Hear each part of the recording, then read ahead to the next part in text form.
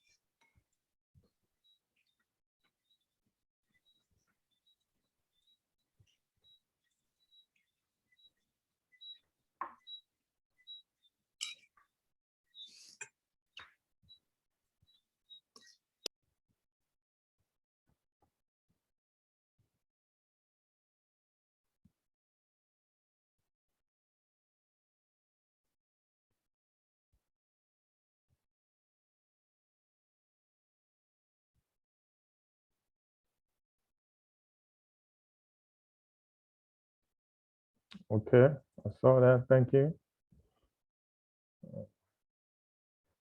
So while we wait for other guys, so maybe you can just talk if you want to talk, maybe ask some questions, or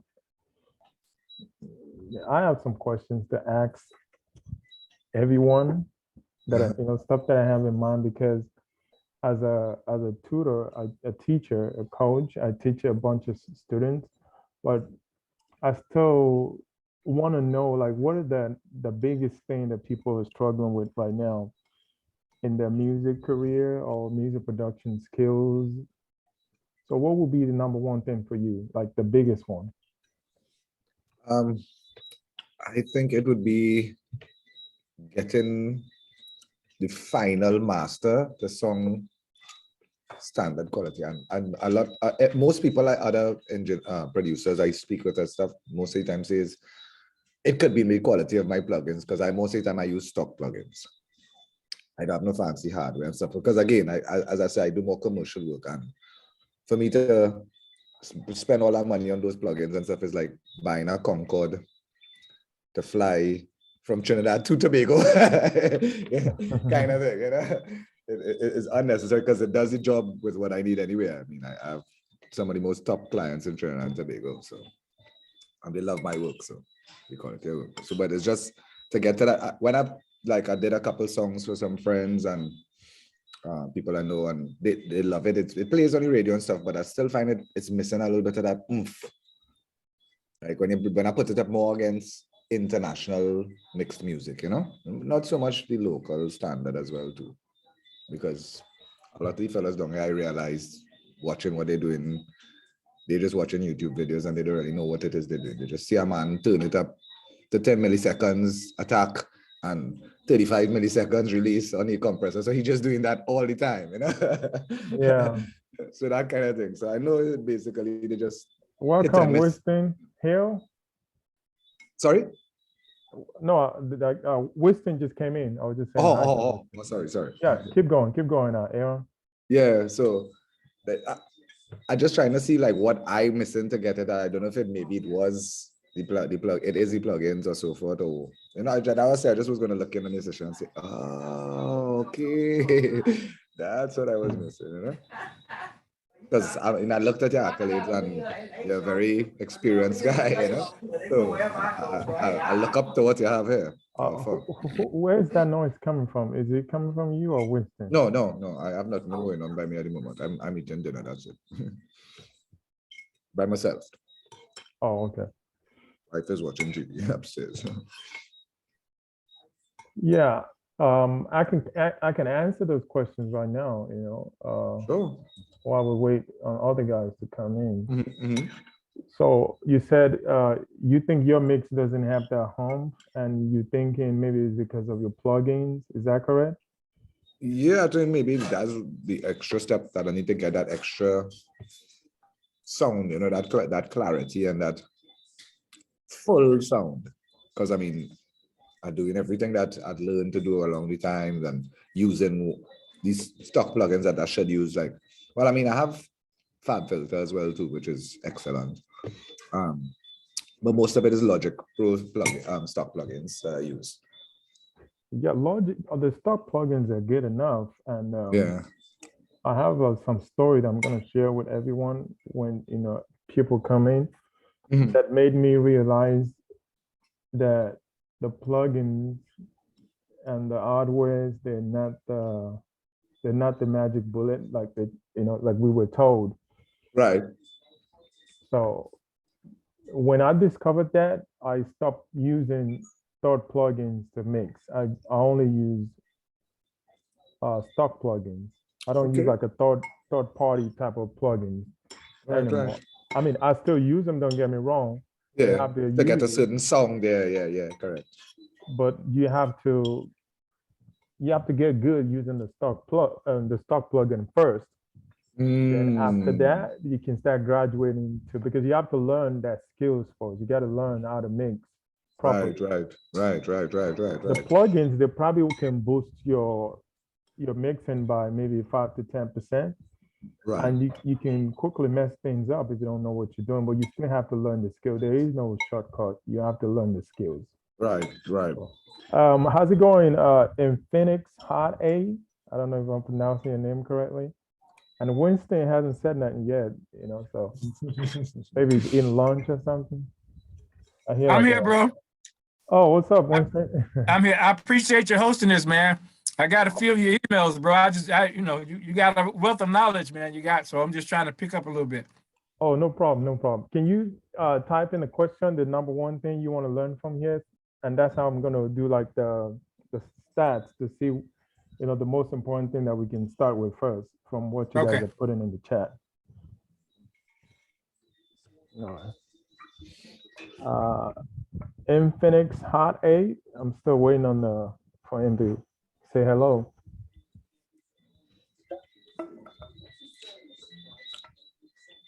Infinix, unmute down on the bottom left of your screen. Thank you, Aaron. If you're having problems. Yeah, you're gonna be the moderator for this.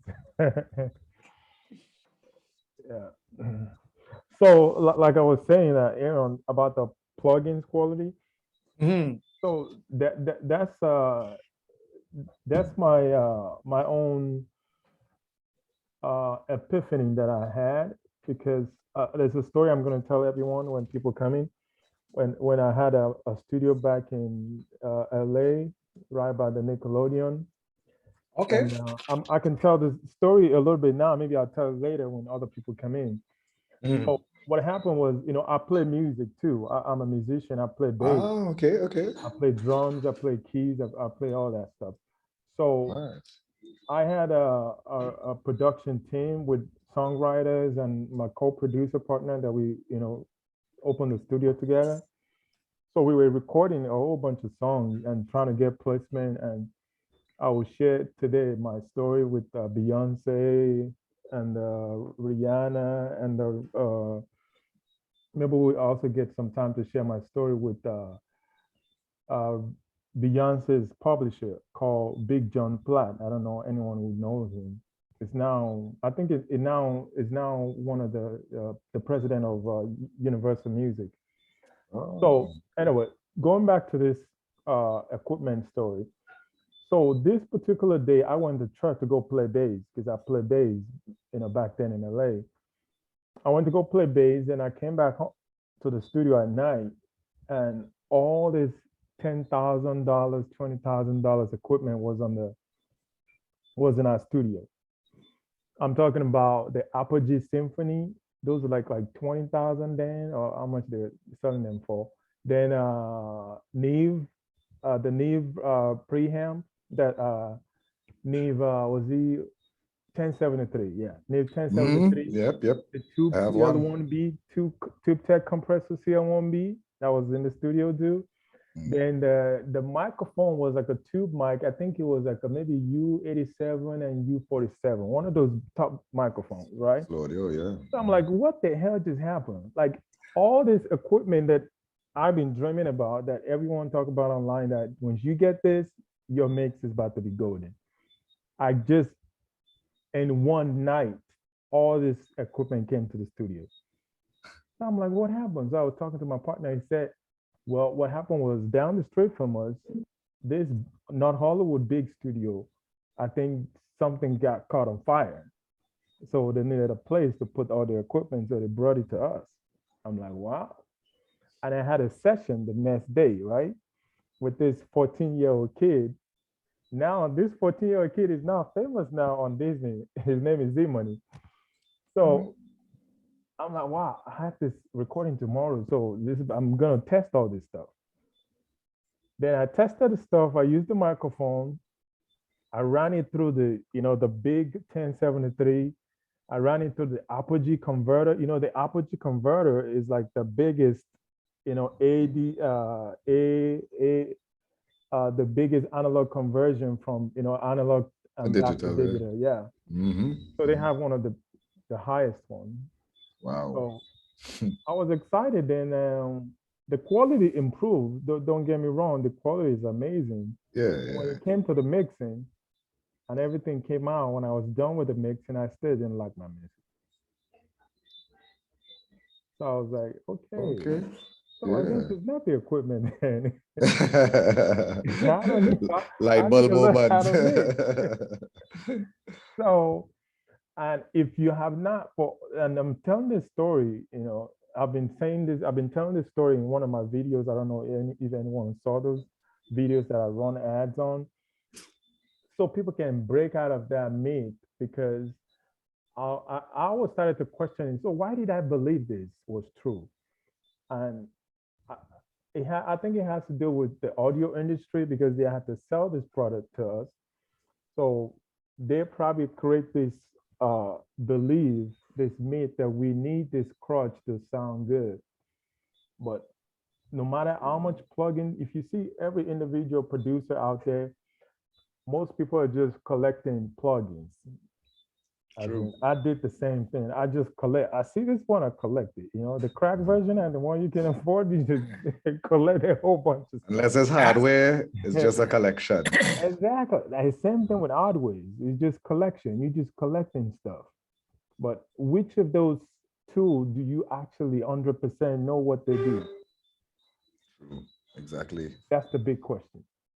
Yeah. Like that Bruce Lee saying, they say, Bruce Lee said, I'm not afraid of the guy who was 1,000 kicks. I don't know if you've heard that before. Yes, yes, Said, yes, yes. I'm afraid of a guy who has learned one kick and did it 1,000 10,000 times. times. So it's Because that that he same perfects it. mentality. Yeah, yeah, yeah, yeah, yeah. And same mentality with with music and production and mixing. When we have, because this and they're just tools. And if you don't really dig in and learn how to use those tools better than the other producer and the other engineers, we're just collecting, you know, Right. collecting gears and collecting plugins. Yeah, yeah. That is not a way to get better at all. The way to get better is to, hey, what's up, Patrick? So the way to get better is to learn one thing or maybe a few tools like Mhm, mhm. compressor, find one compressor. Like I said, this is what happened to me after all this shattering beliefs of those myths about trying to learn, I mean, using equipment to improve my mixing instead of actually learning the skills. After that story that I just told you guys, I stopped depending on analog gears and third-party plugins. So I just started learning how to mix with only stock plugins. Because the stock plugins now in 2022 compared to way back then, they're way more quality right now. Yeah, yeah. You have better quality stock plugins, so there's no excuse. The third-party plugin, you can use it to mix, and I'm going to show you an example. That's why I pulled a session that a client sent to me today to see if we can use that as an example so you can see the plugins. They can get you probably maybe 10 to, I mean, a 5 to 10%, depending on if you know how to use it. They can give you that edge, but they can't save you. There is no Right, plugin yeah, yeah, that you yeah, can yeah. just throw on your mixing and all of a sudden, boom, you're gonna be hanging with Kanye West or whoever is the top, artist you're trying to sound like. That plugin doesn't exist. I'm sure if that plugin does, Yeah, yeah. if that If it plugin did actually exist, yeah. exists, whoever makes that plugin will be a billionaire A overnight. billionaire, yeah, copyright. Exactly. I wish I could make something like that. I could just retire right now. Well, the guy who I learned most of my stuff from, his motto was shit in, shit out. If you get that Again, shit recorded, no matter how much you polish it, it's not gonna shine. yeah, definitely. So, Yeah, Infinix, Hot 8, and Patrick, can you go in the chat and put put the number one thing you want to learn from this training today, so we know the topics that people really care about. So I'm not just talking, out of my butt. yeah. So, uh, it's 4:14. I'm still trying to wait for people to come in. Uh,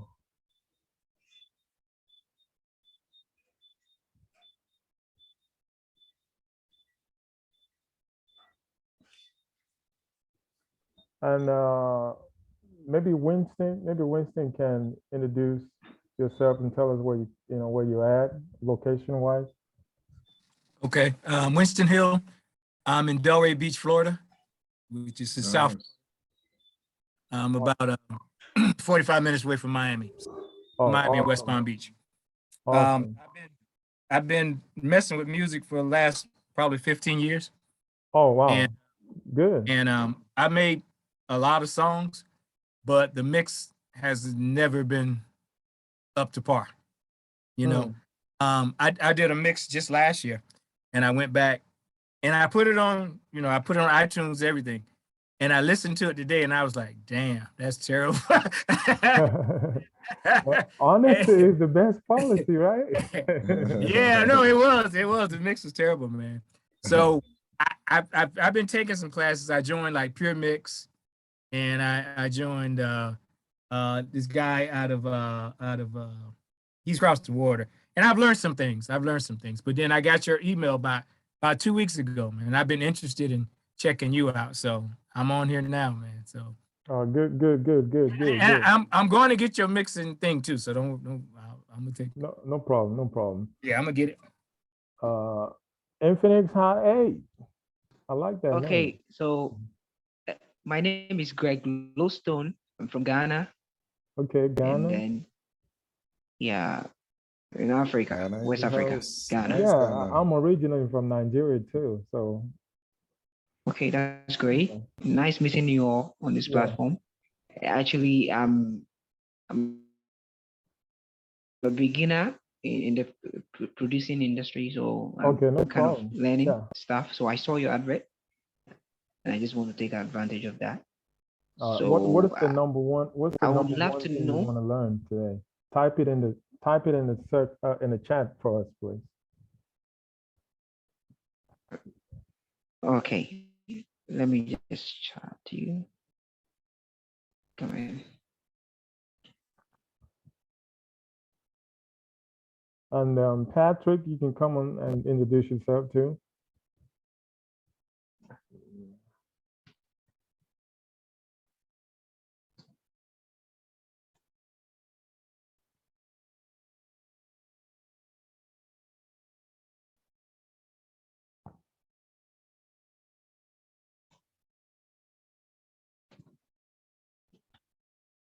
Okay, I think I've sent it now.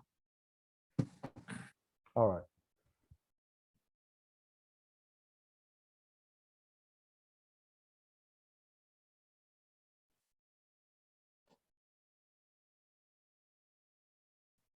Okay. Yeah.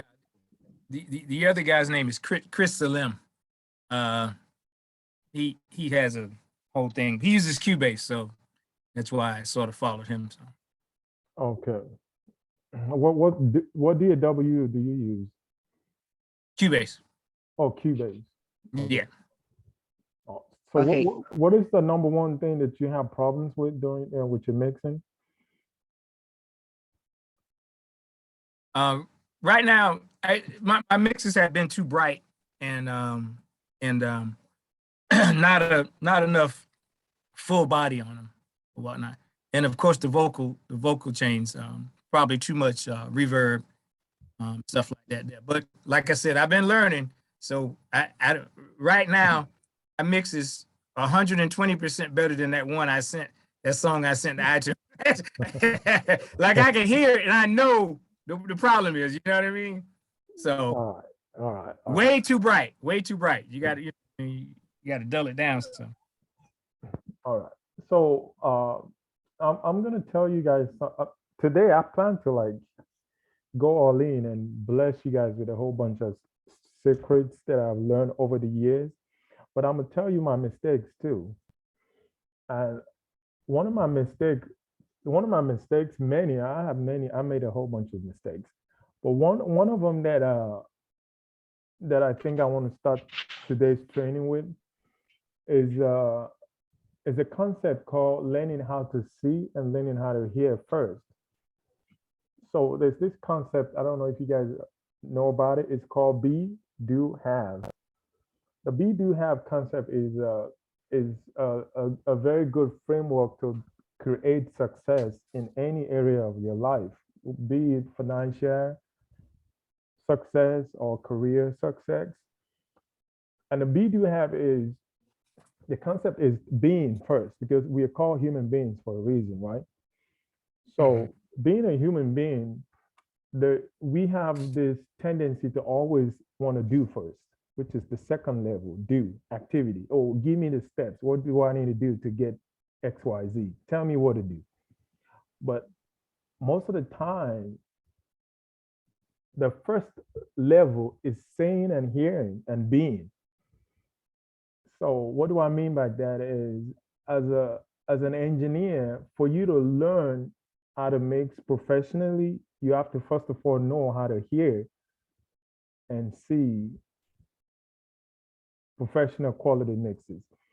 And the reason I said this was one of my biggest mistakes, I met this guy way back in maybe 2008. It was an event. I went to this event with Dave Pensado. Do you guys know Dave Pensado? I've Dave heard. Pensado is one of the big mix engineer. He's one of my mentors. Oh. he's mixed for Beyonce, a whole bunch of stuff. Just Google him, Dave Pensado, Dave. Yes, yes, yes. I know that they have So plugins named I after him. met Dave Pensado at this event, and I met this guy who is very close friend with Chris Lord Argy. Do you guys know Chris Lord Argy? Mhm. It says legends you call in there. Legends you talking about it. Yes, Chris Lord Argy is a legend. Oh yeah, yeah. If you have Waves plugin, his name You is have CLA. right, CLA. Chris Lewis, right. CLA plugins, yeah. That's Exactly. This guy is friends with Chris Lord Argy, right? And I met him at this event and we exchanged numbers. And he said, oh, CLA trained me on mixing.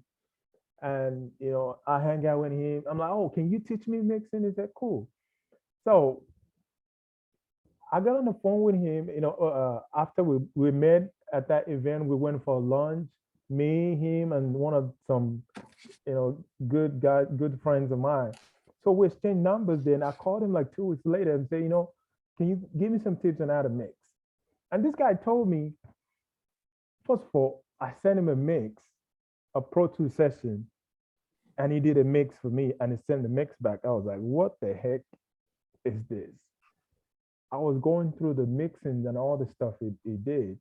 So I got on the phone with him and said, so give me some tips. And the thing it started with, he said, first of all, you gotta learn the recording. I'm like, man, recording? I don't know. I don't want to know about recording. Give me the mix. And he said, before you get that, then you have to just listen to a bunch of mixes and write down what you like about them. I'm like, what do you mean? Just give me the tips, bro. Give me the EQ, give me the compression settings. just give me the answers. Yeah, That's just give me what the I wanted answers. to know. So I was so impatient. See, everything it was saying was just doing like this.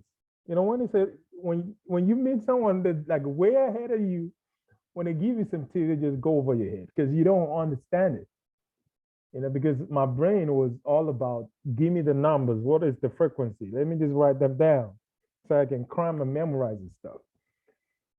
So years later, all the stuff they showed me, I kind of tried them, but I just left them alone. Then I was looking for something else. Then years later, I just realized that I'm just coming back to that. Like it took me like maybe like 5 or 6 years to realize that what this guy said, even though I didn't get it then, but that was the beginning. That's how you learn how to mix. And I heard it from another big engineer called Jason Joshua. I don't know if you guys follow him too. I met Jason Joshua, by the way, too. So he said, like the Mr. Miyagi wax on, wax off. You've seen that movie, right? Yes, Mhm. yes. The Karate Kid told Mr. Miyagi told him he wants to learn how to mix. He said just wax on, wax on, wax on, wax on. It was like, no, that's not what I want to learn. But he didn't realize that he was learning how to fight. And the same Right. thing with mixing. When you just listening to the mixes that you like, it just sit there. Don't even do nothing. Just listen Yeah, yeah. and just listen. That's how your brain start to create like a Rolodex, a mental Rolodex of good mixes. And you start to maybe write down, okay, I like these vocals. This is what I like about this vocal because it has this shine on the top around, maybe Right. if you know frequency, you can write them notes, down yeah. where you think it's at, maybe 6K, 8K. And I like the attack on the vocal and I like the kick. I like the punchiness of it. I like the way that the mix is sitting right in front of my face. I like what they're doing on the left and right. I like how they push this to the back. That's how Right. you do your wax on, wax off. Placement. And those listening session, they will create uh, like an imagery. And that's why I say learning how to see, because sound is imagery. What we do is not just auditory, it's also imagery because we create an optical illusion. When you listen to a left and right and you have a vocal in the center, that vocal is not really in the center, it's an illusion. Very true. So that's what I mean by learning how to see and learning how to hear first. That's the beginning. And I can promise you, when you do that often, it's sometimes instead of just practicing mixing, you have to practice mixing. There is no way around that. But before you do practice, just listen. And this is why I created this. Can you see my screen that I'm sharing, the Ableton session? Yes. I see it. I'm seeing it clear. Okay, that's why I put this in right here. Jason's Joshua is one of the mixers that I'm learning their style right now. I have learned a whole bunch of people style. Dave Pensado, Phil Tan, Sabren Ghani, and a whole bunch of mixes. But this are one of my top mixes that I love. So before I start any mix, I just play this stuff. I remind myself, my taste. Because what we have, the number one thing we have as a mix engineer is our taste. So I just play them. So let me play a little bit of this. I wanna be your person. Get it over here. Girl, take a seat, put some mouse on my tongue. You know I'm a freak, I'ma lick it. And I wanna talk about it, and I know you don't. I've been holding guard for so long. I give up all of the shit for you. I can get you right, I just need a night, get you alone. No, this ain't no race, you can pick the pace, get you in the zone. Hate it when we fight, but we say goodnight. You're on my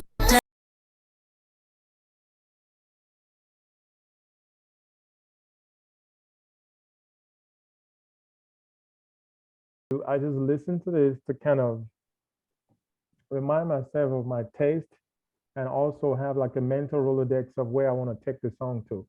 And another thing that I noticed that happens to me often is I could sit with a song and try to get the mix to sound right for like days, and I still don't get it to sound the way I want to. Then I go back to this exercise because, like I'm telling you, I don't do this all the time sometimes, but I know I should be. But sometimes I just forget or I get Forget. lazy Yeah. or I get too confident. Like, you know what? I know what sounds good. Let me just mix it. Then you realize that I'm all over the place. I don't really know what I want. Then I come back here and I listen to all this and I realize, okay, I want the vocal to sound like this. Okay, I get the idea. And once I have the image in my mind, I'm telling you, this happens all the time and it's going to happen for you. And I want you guys to come back and tell me or tell all of us when it does. I finished that song in 1 hour. I'm telling you. Once I get the idea in my mind, I can see where the song wants to go. I can finish that mix in 1 hour, just like that. So, so hey Jane, welcome Jane. So, I can finish that song in 1 hour once I have an idea of where I want to go with the song. So, um, so let me bring up a slide because I created a slide as well just in case. Let me bring up the slide and Patrick and Jane, can you guys introduce yourself and tell us, put in the chat what is the most important thing you want to learn today?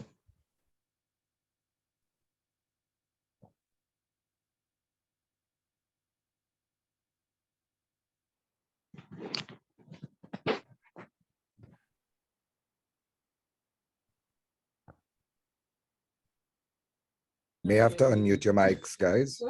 Yeah, unmute your mic.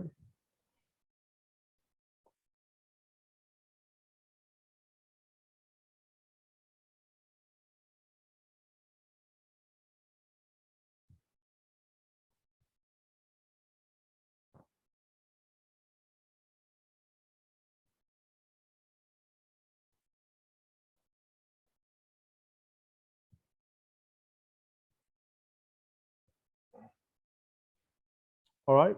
Okay, since I haven't heard from them, so let's just move on. Can you guys see the slide, the screen? Yes, the mixing lounge, I've seen it. All right.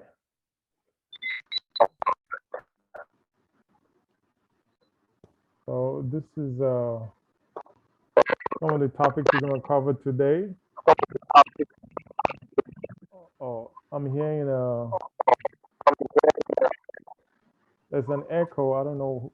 Maybe somebody did that. Oh, Patrick, either you need a headphones or you need to mute your mic. yes, please mute your mic.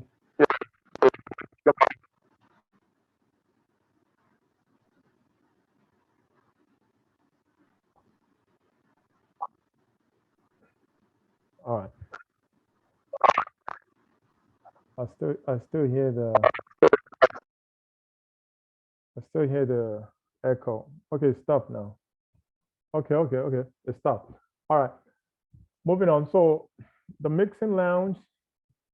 This is the first event, and I really want to thank you guys for coming. This is the first of this event called the Mixing Lounge, and I would like to probably continue. You know, if you guys decide that you like this, I'm gonna probably do this maybe once a week or twice a month. I don't know yet. You know, we'll figure that out. So the topics that we're gonna cover today is there's so many topics I'm gonna cover, but these are just the ones that I put on here.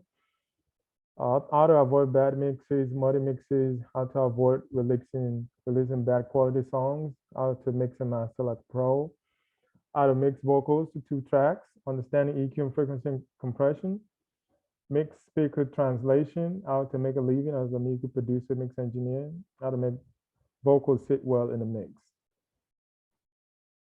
Before we go into the training, I want to thank you for taking time to be here.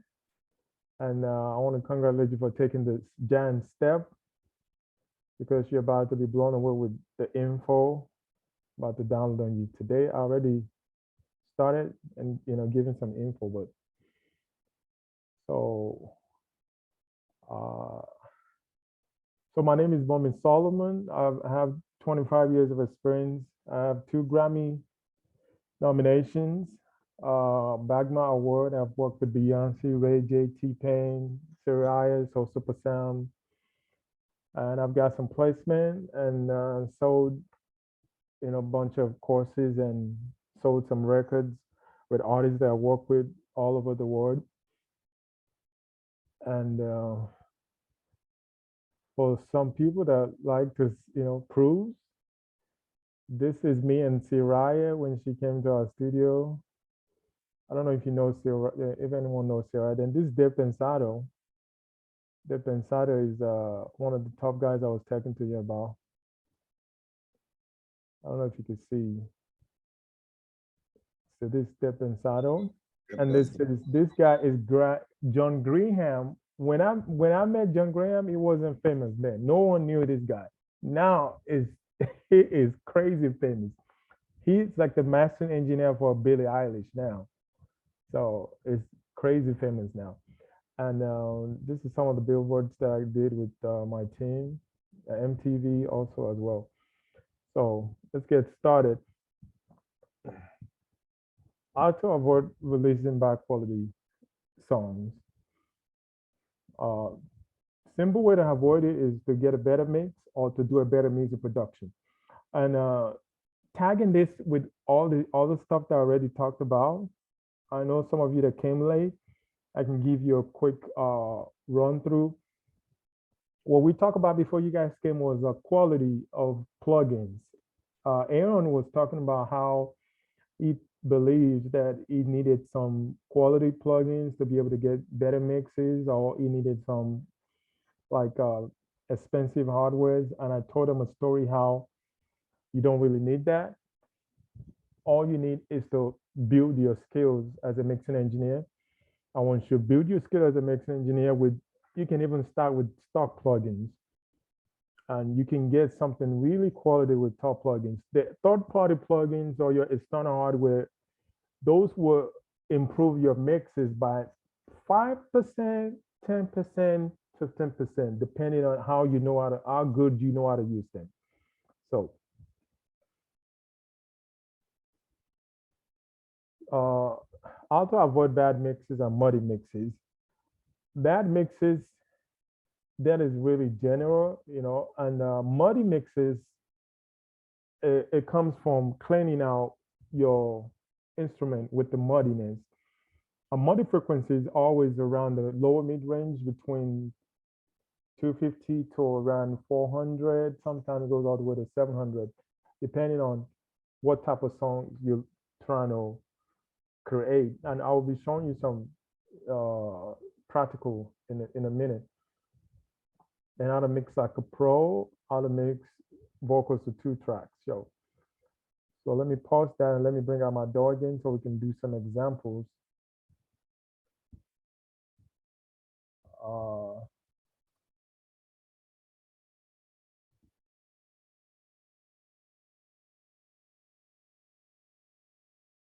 Can you confirm that you can hear this sound on your side?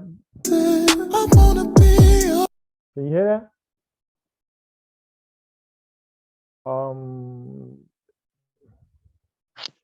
Can you guys hear the music I just played now or no? Yeah, I can hear it. Yes, sir. Sounds good. All right, good. So Sounds very great.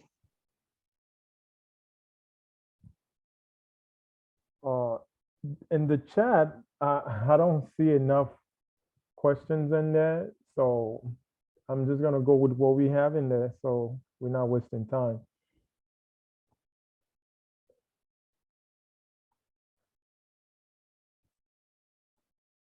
So this is a song that an artist sent to me today, actually. If I got away, no nigga gon' sit and miss out. Remember days trying to post long and everybody catching plays. Don't wanna hear on the beat, rather hear you got trapped. My feet ain't just made for walking. I'ma step on a nigga, I'm still at the trap. And he can play games and lose his life, cause we can send bullets to where he at.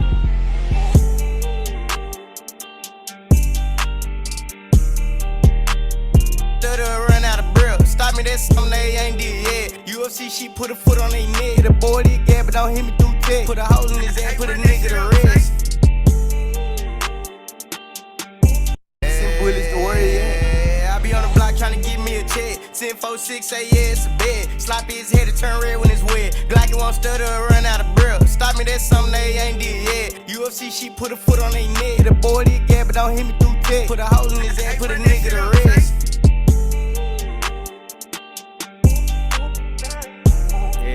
Yeah. I know this bad bitch started out fucking cheap. Gave up on herself, now she out. Okay.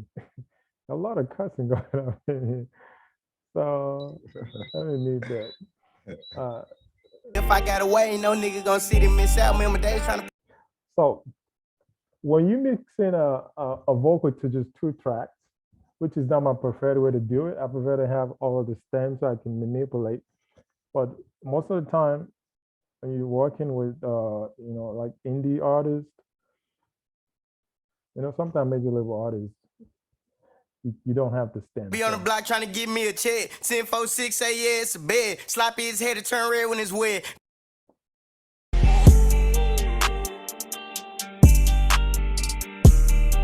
So what I do is, I know this is not a perfect mixing situation for me because I'm using, you can see the headphones I'm using. This is like a cheap $15 from Amazon. But you could still get some good done with that if you know what you're doing. So what I do is I look at I listen to the music, and I look at the frequency the music are hitting, so I see what pocket do I have that can put my vocals in. And that's the reason why when you mix vocals, it's not sitting well with the beat, is because you're not making space for the vocals in the beat. So they're sitting on top of each other. So I look at the beat. Do you guys have span? If you don't have span, you should get it. This is free frequency analyzer. You can just analyze it and see what's going on there.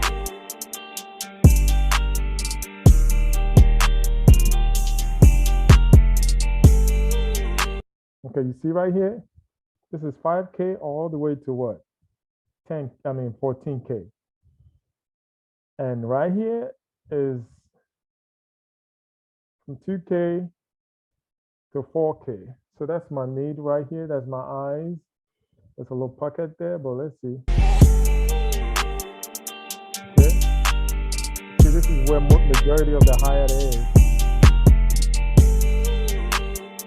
Okay, now, if you can learn this is another good trick. You can look at the frequency and see what element is dominating a particular frequency. The snare drum, the clap, or whatever snare you want to call it, it's around the 2K, 3K area.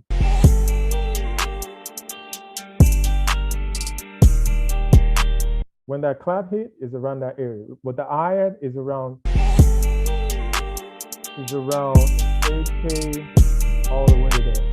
So there's a pocket right here for vocals to sit on, which is around 4K. Hey, run that shit up, Trace.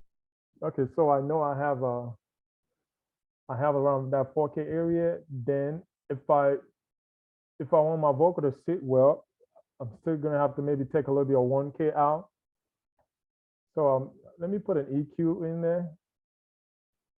Like I said, I'm gonna be using stop plugins.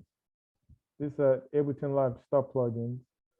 So I'm gonna change my EQ to MS. If you know what MS is, that means mid-side EQ. So I know the mid-range for my vocal is gonna be around maybe 1.2. So I can dip that a little bit. I already know that my snare drum, my clap is around 2K, 3K, and my hi-hat is around 6K, all the way to 14K. So I just dip a little bit of that. So let's put the vocals back in. Be on the block trying to give me a check. 10-4-6, say yeah, it's a bed. Sloppy his head to turn red when it's wet. Glocky won't stutter or run out of breath. Okay, let's take the EQ out and let's listen. Be on the block trying to give me a check. 10-4-6, say yeah, it's a bed. Okay. Be on the block trying to give me a check. 10-4-6, say yeah, it's a bed. Sloppy his head to turn red when it's wet. Glocky won't stutter or run out of breath. Stop me, that's something they ain't did yet. UFC, she put a foot on their neck. All right. Wow. That's If you great. have any question, you could just unmute yourself and ask me, so I know, so I'm not just going through stuff and you guys confused about it.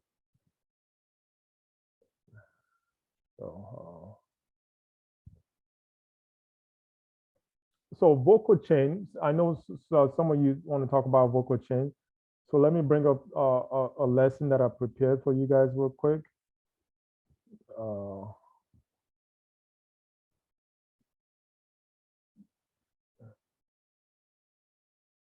So for vocal chain, this is gonna really help you guys.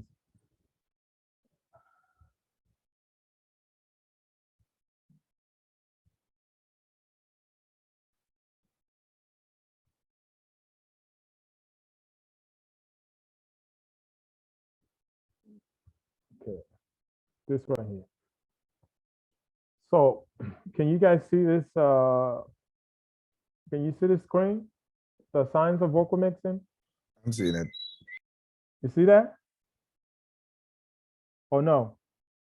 Yes, sir. Yes, Oh, I'm good. seeing it clear. All right, good. So vocals is one of the number one thing you have to get right as a mixing engineer. And I remember a whole bunch of my clients that asked for their money back. It was because of their vocal mixing. So that's when I knew I need to learn how to mix vocals.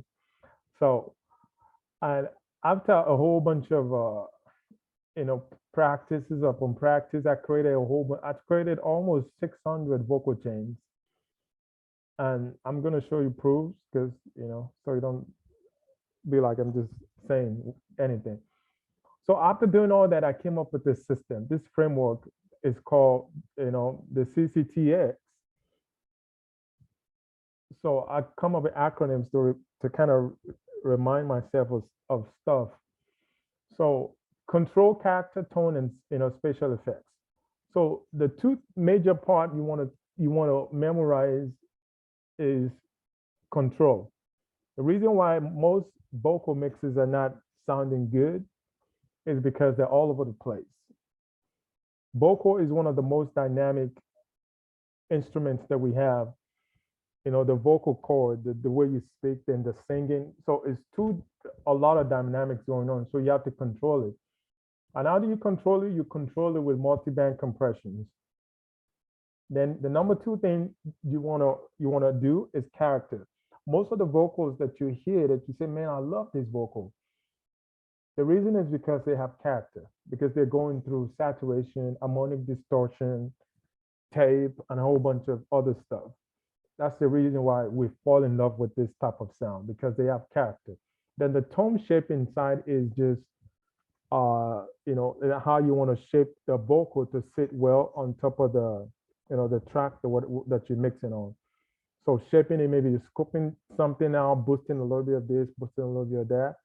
Then the special effects, those are the delays, the reverb, the space around it to, you know, make it big and make it wide.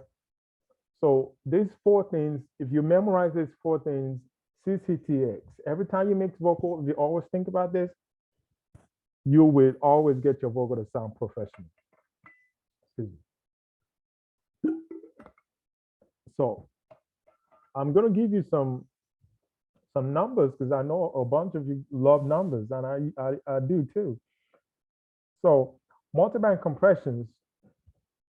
Okay, the groundwork. Yeah, that's very important. The groundwork. The first thing you got to make sure you do is the groundwork, which is reducing the breath, using RX isotope to clean up the vocals, you know, clean up the clicks, the mouth clicks and all that. You can use that to clean it up. Then the step three. Step three is to do like if you want to do syllables, you know, maybe some syllables is too low, you want to bring them up and all that, or some is too poking out, you can bring them down.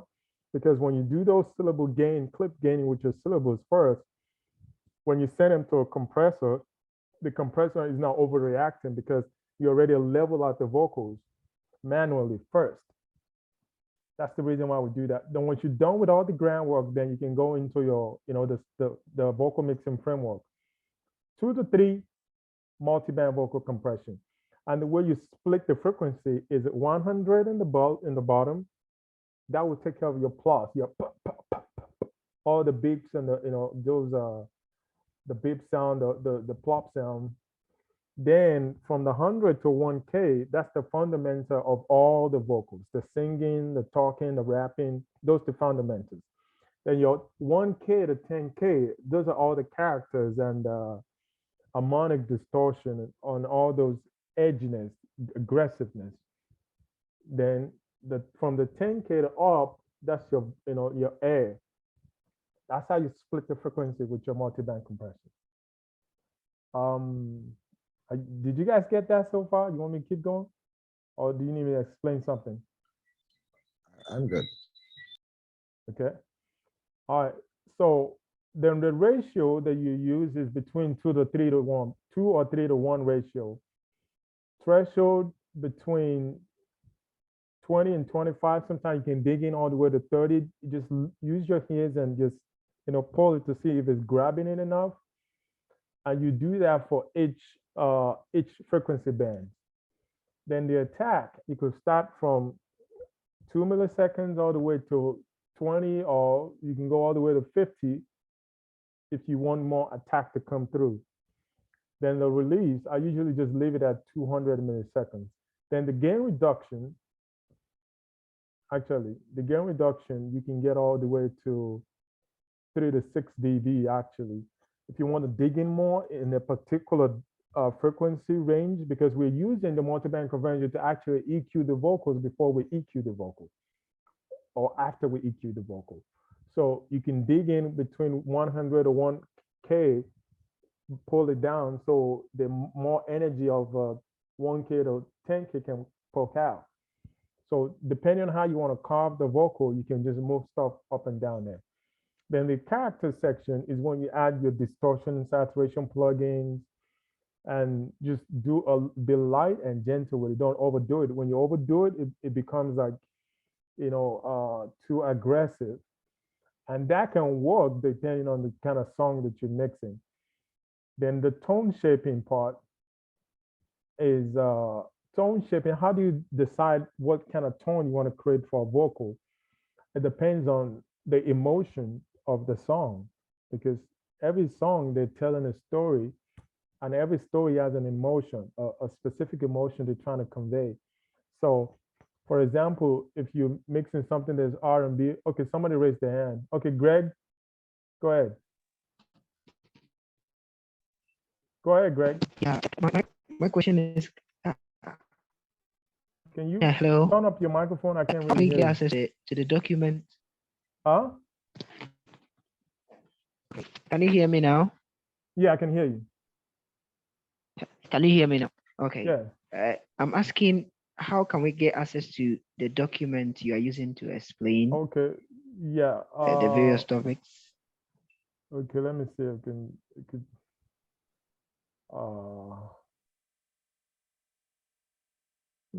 yeah, I'm gonna put the link in the chat right now, so everyone can just go ahead and Okay. so there you go. Right, So thank you. yeah, thank you. That's a good question. Somebody came in recently. If you just came in, Rosario, put one of the top biggest question you wanna ask, put it in the chat so we can cover them. So let's keep going. So the tone section part of the vocal, when you're trying to create a tone, I would usually ask myself, okay, what kind of emotion is the song trying to convey?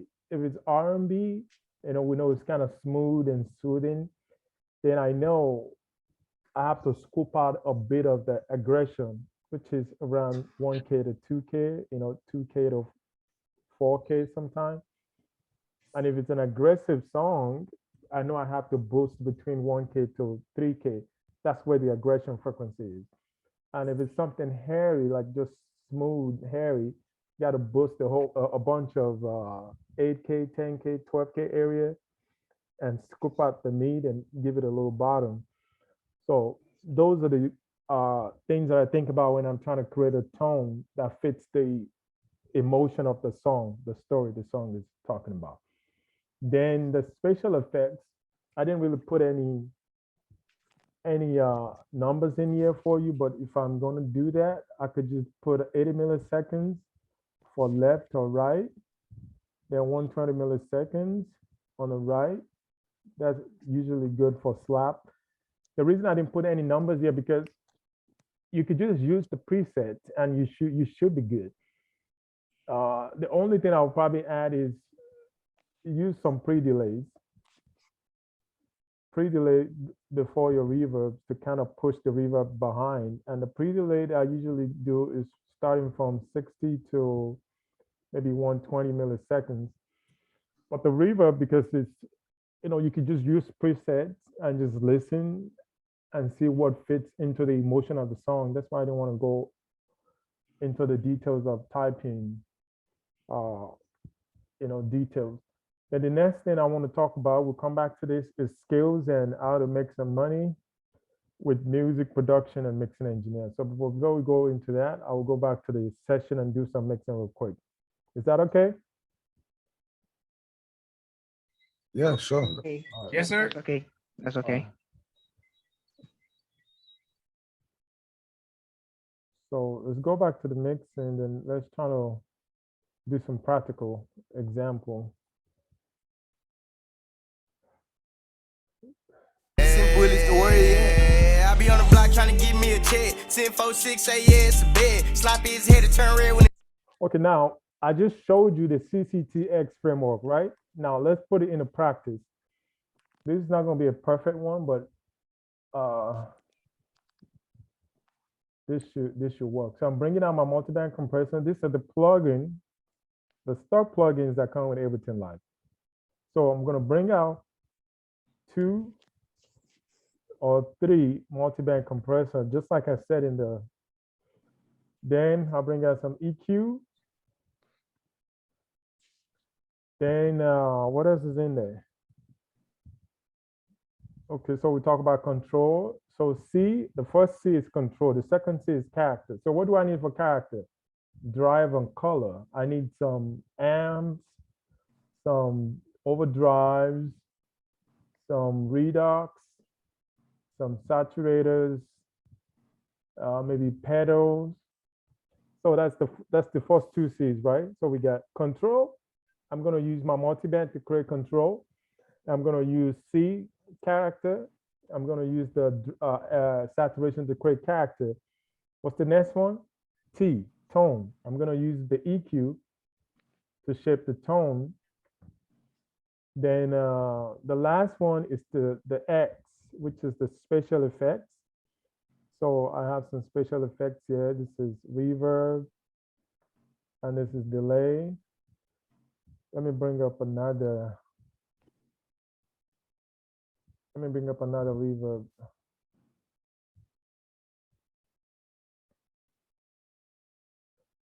So, all right, so let's put this CCT as the practice, right? I'm gonna solo this. Okay, good.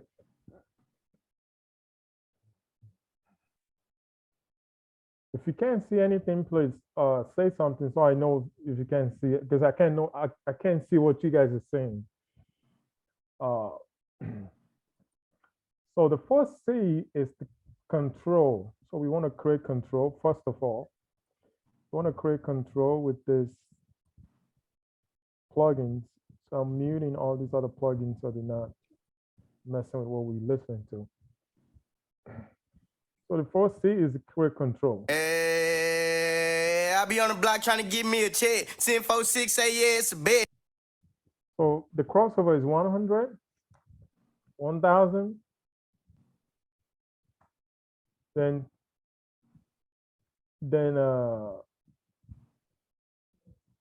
if you have a multi-band compressor that can go that can do like 4 bands, you don't have to do what I'm doing now. I'm using 2 to create 1.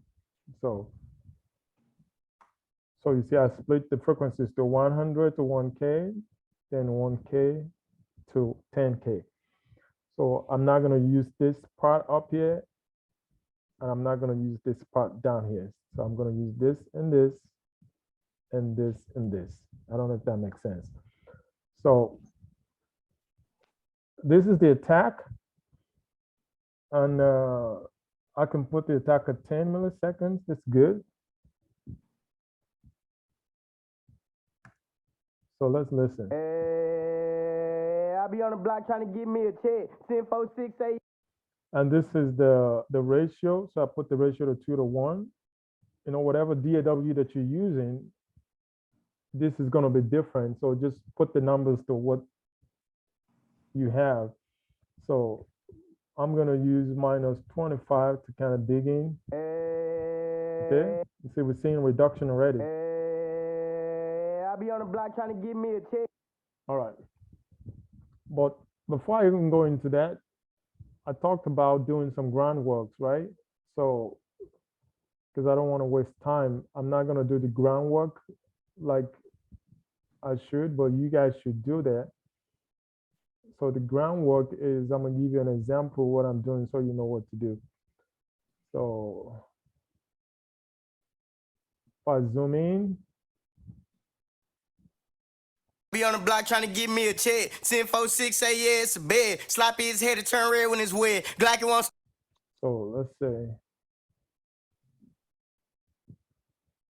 let's say, there's some vocals, there's some syllables here that's maybe too low or too high. I don't see any in this particular one. Be on the block trying to get me a check. 10-4-6 say yeah, it's a bed. Sloppy his head to turn red when it's wet. All right, so I don't really see anything that's not level up, so I can just leave that. Maybe the only thing I might have to take out is maybe some bread or. Be on the block trying to get me a check. 10 So let me see. 10 10 10 10. Yeah, that's not really bugging me either. Let me see what it is. Glock, Glock. Okay, I could probably turn that down a bit. So I would turn it down by maybe -9 or -6 dB. Glock, Glock, one. Send 4. Okay, turn that down by 6 dB. I'm not gonna go through everything. I'm just giving you an idea so you know what to do when you're alone. Slap. Okay, so just turn down all the breadth. So, all right, so that's enough for now. So I'm sure you get the idea. So let's go back to the multiband compression so we can create the control. So once I set it up like that, so I'm using the first one. So 2 to 1. Ratio 2 to 1 for this one too. Be on the block trying to give me a check. And ratio 2 to 1. Be on the block trying to give me a check. Be on the block trying to be on the block trying to give me a check. Be on the block trying to give me a check. Be on the block trying to give me a be on the block trying to give me a check. So the 100, I'm using that to remove the plosives. So I pull that in so I can pull down the plosive a lot. Be on the block trying to give me a check. All right. So I'm gonna delete the second one and duplicate the first one because that already has my attack and release and the ratio, so I don't have to do it again. So I just need to change this to 10K.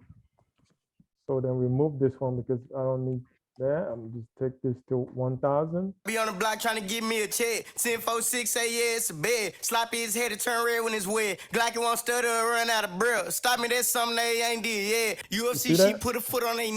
You see that? We're digging in around 10 and 1K to 10K, around 7 dB reduction right there. Be on the block trying to give me a check. -5, 10-4-6, say yeah, it's a bed. 2. Sloppy his head to turn red when it's wet. Glocky won't stutter or run out of breath. Stop me, that's something they ain't did yet. All right. So that's the control. So now I can see, so what kind of tone am I going for? Because this rap, so rap, it needs some aggression. So I need to probably boost around that 1K, 3K area to give it some aggression. And also because it's a male vocal, it needs a little body on the bottom.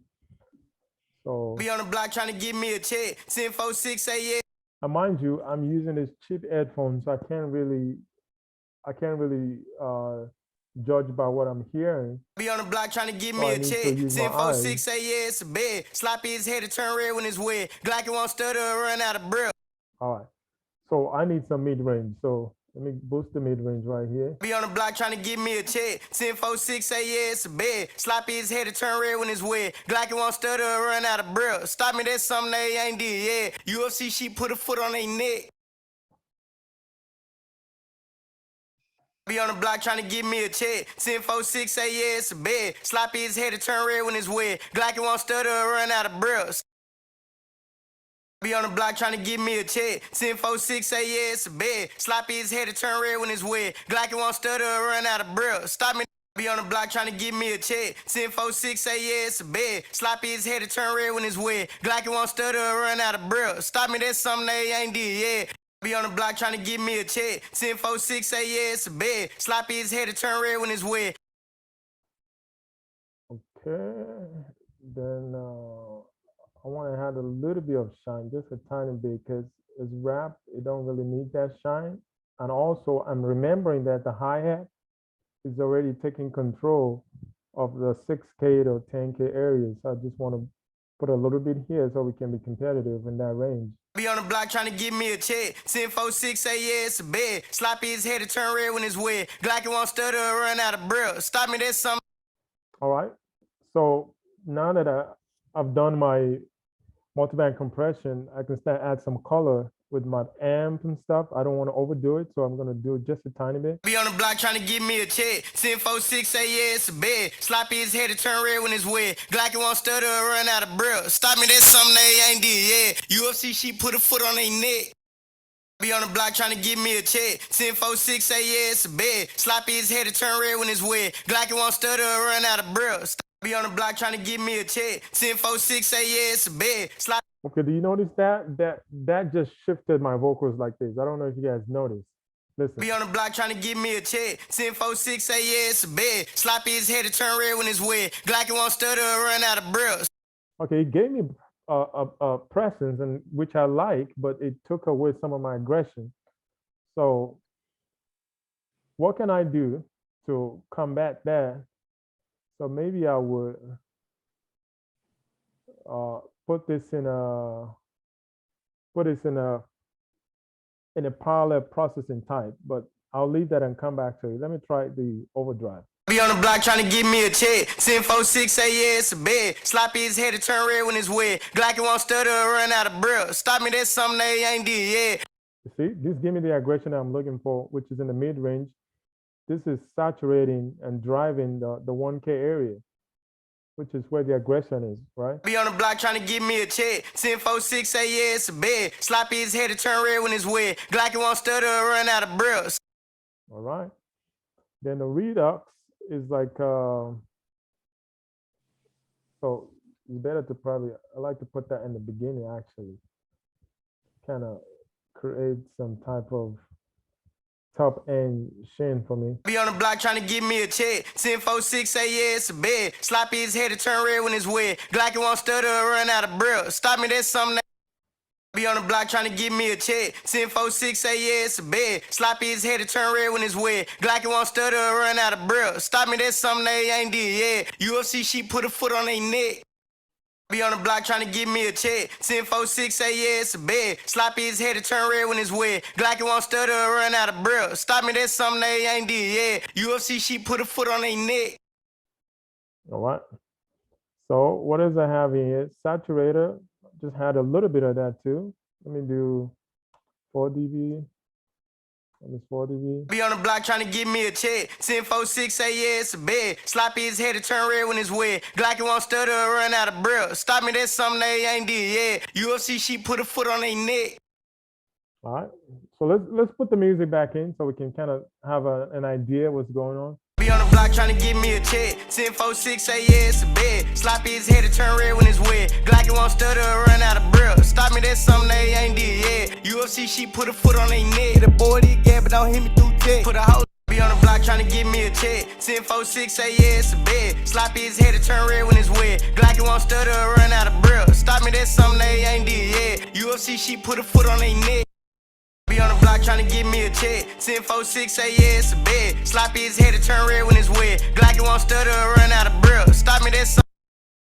All right. So I'm gonna move the saturation back so they can all go through the multiband compression. Then I'm gonna add another multiband compressor, but this time I'm gonna do something else.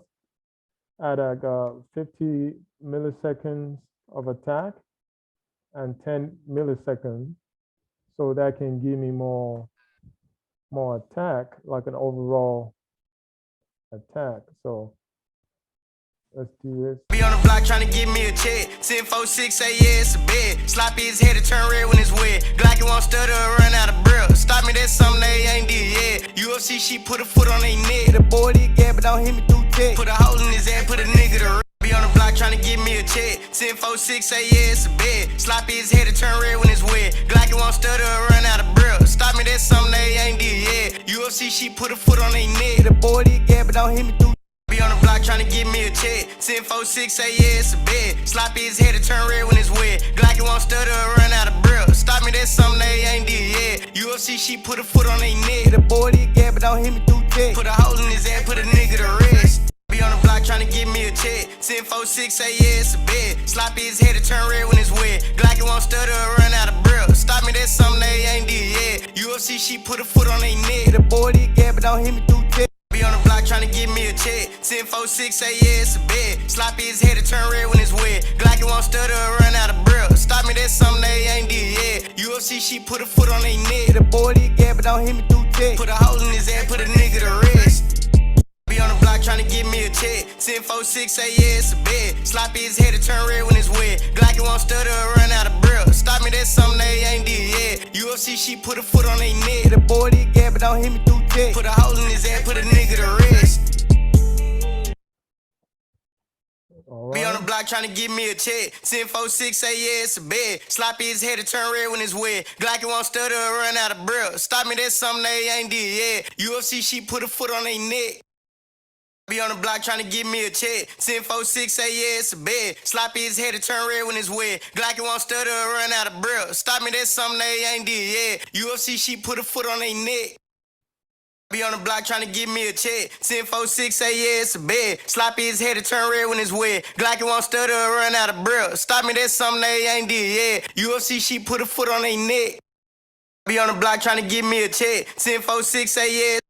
Be on the block trying to give me a check. 10-4-6, say yeah, it's a bed. Sloppy his head to turn red when it's wet. Glocky won't stutter or run out of breath. Stop me, that's something they ain't did yet. UFC, she put a foot on their neck. The boy did get, but don't hit me. Be on the block trying to give me a check. 10-4-6, say yeah, it's a bed. Sloppy his head to turn red when it's wet. Glocky won't stutter or run out of breath. Stop me, that's something they ain't did yet. UFC, she put a foot on their neck. The boy did get, but don't hit me through. Be on the block trying to give me a check. 10-4-6, say yeah, it's a bed. Sloppy his head to turn red when it's wet. Glocky won't stutter or run out of breath. Stop me, that's something they ain't did yet. UFC, she put a foot on their neck. The boy did get, but don't.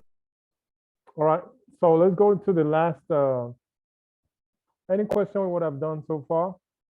I could, just dig in and do a little more, but I just wanted to make this, faster. If you have any question, please ask. So. I was just watching. Did you I see like you have the amp and the saturator muted there, or is it that you moved it on the chain somewhere else? It looks as Yeah, though I only used the drive and I put it in front of the multiband compressor because I wanted the multiband compressor to compress that sound of the amp going in too. And this, I can use this, but if I'm going to use it, I'm going to create a parallel chain. So it's not going. So like a send, yeah, but send. Yeah, so it's not going through. I can use that because I like what it did to the vocal. It had a lot of presence. Yes. But I already created a presence with my EQ in here. I don't know if you guys noticed how I was EQing while the beat was playing. I don't know if you noticed that. I already got my presence from here, but if I need more presence, I can add this and add it in parallel to the original signal like this. Be on the block trying to give me a check. 10-4-6, say yeah, it's a bed. Sloppy his head to turn red when it's wet. Glocky won't stutter or run out of breath. Stop me, that's something they ain't did yet. UFC, she put a foot on their neck. The boy be on the block trying to give me a check. 10-4-6, say yeah, it's a bed. Sloppy his head to turn red when it's wet. Glocky won't. So I just turn it down and put the parallel with the original. Be on the block trying to give me a check. 10-4-6, say yeah, it's a bed. Sloppy his head to turn red when it's wet. Glocky won't stutter or run out of breath. Stop me, that's something they ain't did yet. UFC, she put a foot on their neck. The boy did get, but don't hit me through check. Be on the block trying to give me a check. 10-4-6, say yeah, it's a bed. Sloppy his head to turn red when it's wet. Glocky won't stutter or run out of breath. Stop me, that's something they ain't did yet. UFC, she put a foot on their neck. The boy did get, but don't hit me through check. Put a hole in his head, put a nigga to rest. Be on the block trying to give me a check. 10-4-6, say yeah, it's a bed. Sloppy his head to turn red when it's wet. Glocky won't stutter or run out of breath. Stop me, that's something they ain't did yet. UFC, she put a foot on their neck. The boy did get. Be on the block trying to give me a check. 10-4-6, say yeah, it's a bed. Sloppy his head to turn red when it's wet. Glocky won't stutter or run out of breath. Stop me, that's something they ain't did yet. UFC, she put a foot on their neck. The boy did get, but don't hit me through check. Put a hole in his head, put a nigga to rest. All right. So let's add some effects. Because it's rap, so we don't really have to add too much of stuff. I'll just do a delay. I'll do some delay and where the delays at? Some delay, maybe a chorus or something. Just a little widening effect. I can actually use the slap numbers that I just gave you guys. Let me see. Yeah, I could do that. That 80 by 120. That's a really good way to widen vocals. So I can show you. So you know how to do that. Be on the block trying to give me a check. 10-4-6, say yeah, it's a bed. Sloppy his head to turn red when it's wet. Glocky won't stutter or run out of breath. Stop me, that's something they ain't did yet. UFC, she put a foot on their neck. Put a hole in his head, put a nigga to rest. Be on the block trying to give me a check. 10-4-6, say yeah, it's a bed. Sloppy his head to turn red when it's wet. Glocky won't stutter or run out of breath. Stop me, that's something they ain't did yet. UFC, she put a foot on their neck.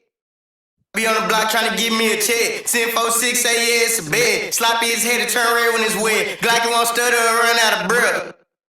Okay, this is one of my biggest tricks for creating a big, like a real good reverb that just push a reverb that you can push into the back of the mix.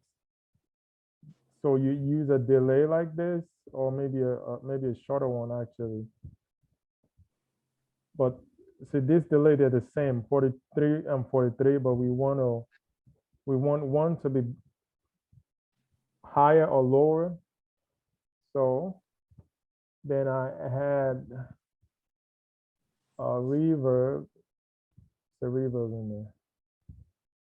So Drake used this technique a lot right here. So put in the second one. Be on the block trying to give me a check. 10-4-6, say yeah, it's a bed. Sloppy his head to turn red when it's wet. Glocky won't stutter or run out of breath. Stop me, that's something they ain't did yet. UFC, she put a foot on their neck. Be on the block trying to give me a check. 10-4-6, say yeah, it's a bed. Sloppy his head to turn red when it's wet. Glocky won't stutter or run out of breath. Stop me, that's something they ain't did yet. UFC, she put a foot on their neck. You said I'm cutting the mid range because the mid range is where we're boosting our vocals. Remember that 1K, 2K area? So I'm cutting that in the reverb. So the reverb is not fighting with my vocal. So it's just spreading the frequency out into a different energy space. Be on the block trying to give me a check. 10-4-6, say yeah, it's a bed. Sloppy his head to turn red when it's wet. Glocky won't stutter or run out of breath. Stop me, that's something they ain't did yet. UFC, she put a foot on their neck.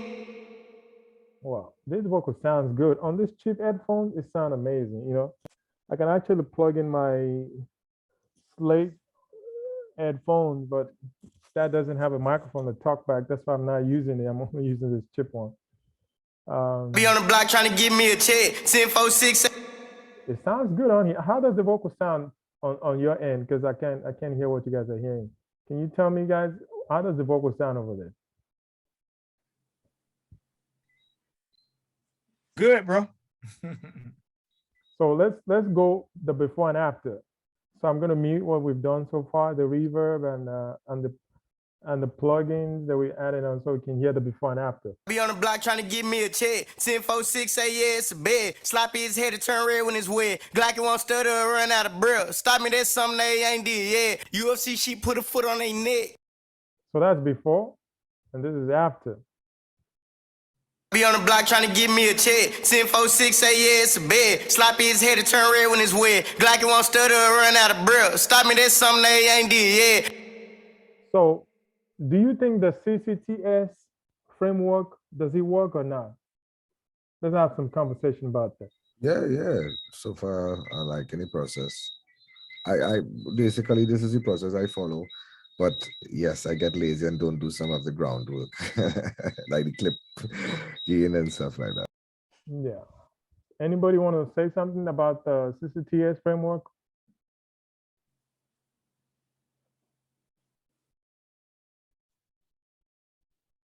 All right. So let's hear it with the beat again. Be on the block trying to give me a check. 10-4-6, say yeah, it's a bed. Sloppy his head to turn red when it's wet. Glocky won't stutter or run out of breath. Stop me, that's something they ain't did yet. UFC, she put a foot on their neck. The boy did gap, but don't hit me through check. Put a hole in his head, put a nigga to rest. So let's say we want a vocal to kind of maybe go inside the beat a little bit, because sometimes you want that effect. Sometimes you want the vocal to be on top of the beat. Sometimes you want to be inside the beat. So let's see if we could do that. So I'm gonna reduce that by -6, and let's hear the vocals with the beat. Be on the block trying to give me a check. 10-4-6, say yeah, it's a bed. Sloppy his head to turn red when it's wet. Glocky won't stutter or run out of breath. Wow, I just took it down by 6 dB, and we can still hear the vocal clearly. So Be on the block trying to give me a check. 10-4-6 say yeah, it's a bed. Sloppy his head to turn.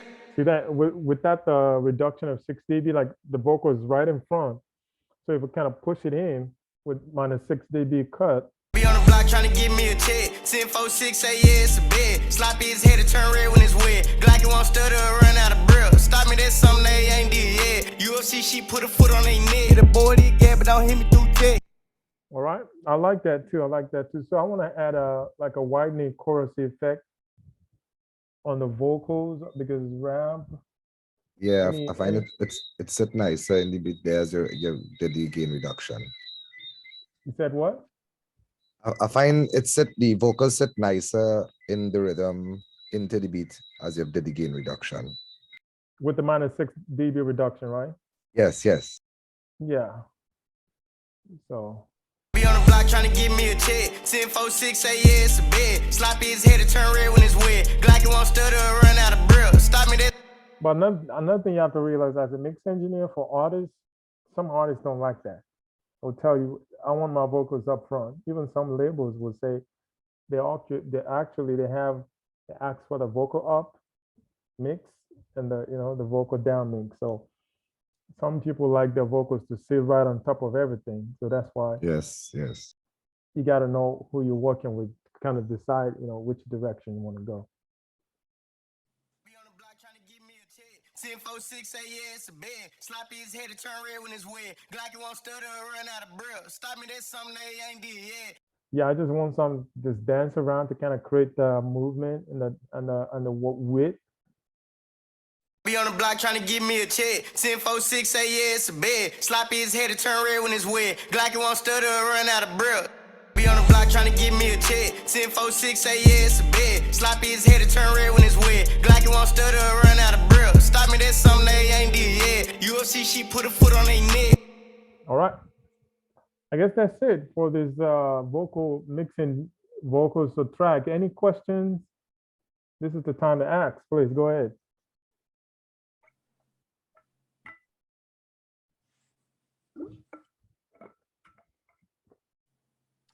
Any questions?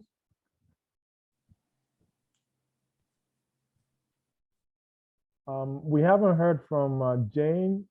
I don't think I heard Jane speak yet. And Rosario.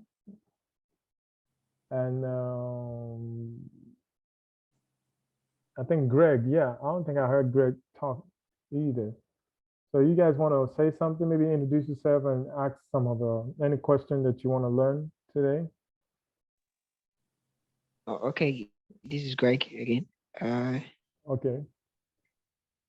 It's like the whole process, like you guys are mentioning numbers, and it's totally new to me. I'm very basic in this. Actually, I've just been doing beat making, but then I've gone through I've watched some few lessons on YouTube. I don't think I'm satisfied. That is why when I saw you, I came here. So I'm Okay. So the numbers that I'm just a put on beginner. I mean, I'll say what I. Huh? Yeah. So yeah, can you hear me? Yeah, I hear you now. Okay. So I think one of the things I've learned here on this platform is about listening very well and then knowing what you really want to hear after you are done with your mixing, right? So I think that'll work with me. I'll start with that for now, and then probably and the groundwork you also showed today. I think I've gotten some few ideas, but I have to take time to go through the DAW, like the Cubase. So. All right. No problem. Yeah. Then if there's any other yeah. question that you want, just type it in the chat. So Jane. Okay. So go ahead. Yeah.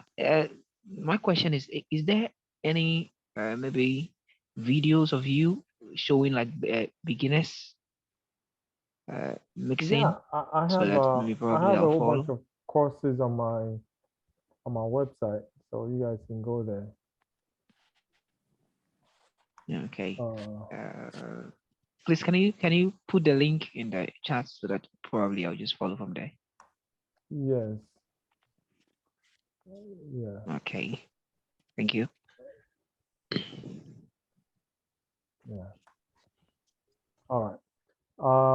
Rosario, are you there? You want to say something to us?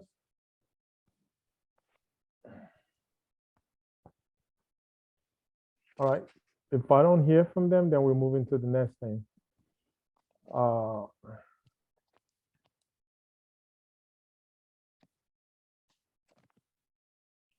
Okay, the method for knowing what frequency to boost. That's a good question, Rosario. Let me see. Is there anyone who asked that question up here? Yes. Okay. Aaron too asked about frequency, speaker translation, and yeah. So the thing with the frequency, what I can teach you guys about frequency. Let me see.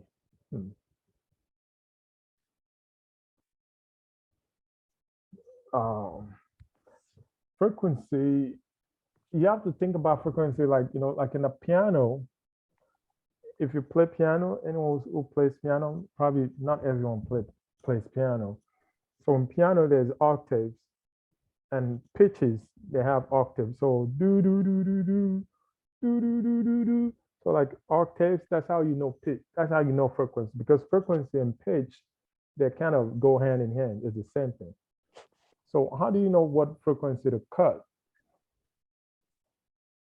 Uh, the easiest way to know is to just boost around and find something that annoys you and pull it down.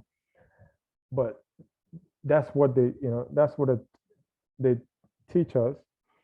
But later on, I figured out, yeah, that's cool. But when it comes to mixing elements together to fit in, that's not going to really help you. So you have to know how to make instruments fit together is by doing subtractive and additive EQing, which is to figure out, okay, what frequency is this instrument in, and what frequency does it sound good at? Then you look at the other ones and you say, what other frequency does this have that's stepping over this one? Then you remove it. So let me see if I can bring up a session of mine and just show you some stuff. Yeah, let's see. Let me save this session and show you some stuff. Okay, did Greg just raise his hand or something? Or is that always been Yeah. there? Okay, go Yeah, ahead. about frequencies. About the frequencies, I want to ask a question because about the piano. You know, the piano is more like it's sitting, it's having the lower frequencies, the mid range, and then the high range at the same Yeah. time. Mm-hmm. So, how do you go about that when it's in the mix? Yeah, because something, for example, if you are playing contemporary gospel music, sometimes you want to hear maybe the low end of your keyboard, probably. And Okay, let me you show you an know, example. Let me show you an I example was in this mix that I just pull up right here. So uh, let me see. Can you guys hear this? okay.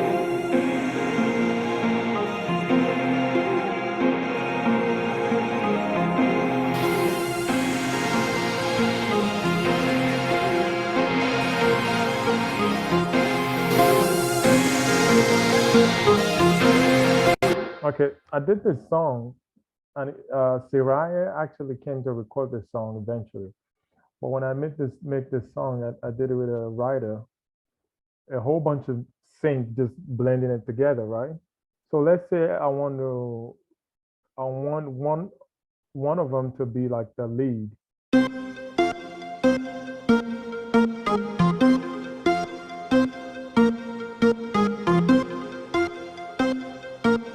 So this is like a three saints doing the same thing, like a layered on top of each other.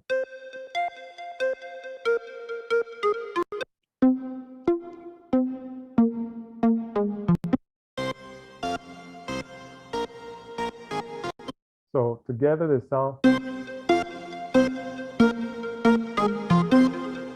So let's say I want to EQ them to fit together, which I don't even think they needed it because I don't think I did that. So I had some saturation and all that. But to illustrate the point, what I would do is I would look at this first one.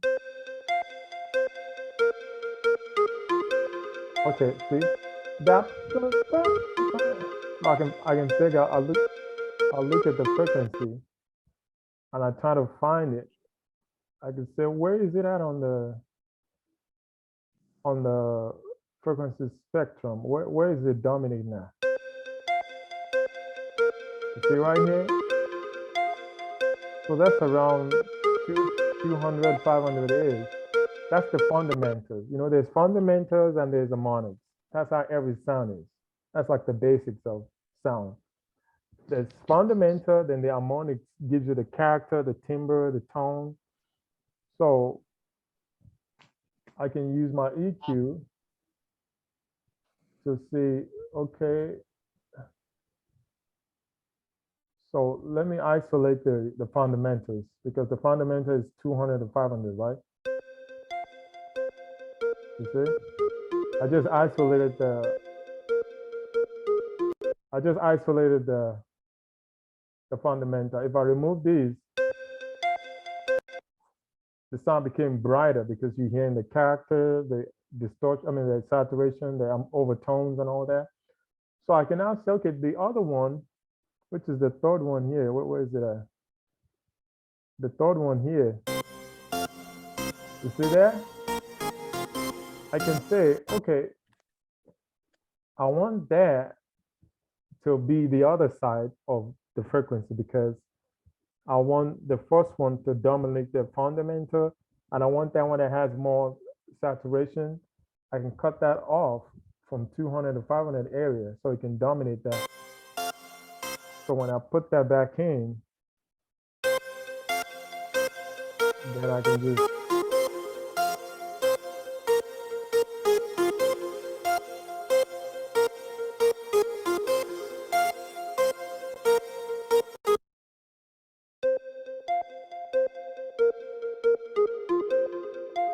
so I want this to be on its own. Then this other one, I will cut the fundamental here.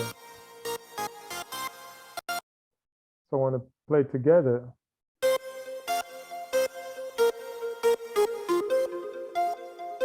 okay, I turn that down. So you can, I turn it down so you can hear the fundamental alone.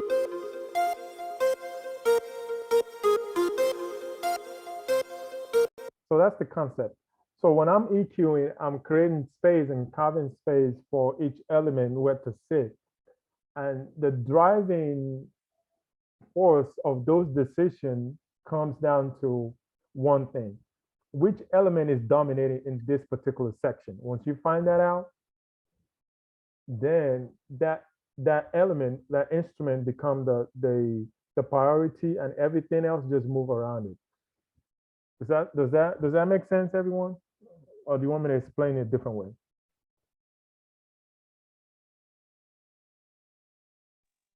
Hello? Yeah, I'm I following. think I understand. Okay. So when it comes to frequency, that's how you find frequency to cut. Because before, what I used to do is just this is what I used to do before when I was learning on YouTube. They said, oh, just boost it and find something that's annoying and remove it. This is what I used to do.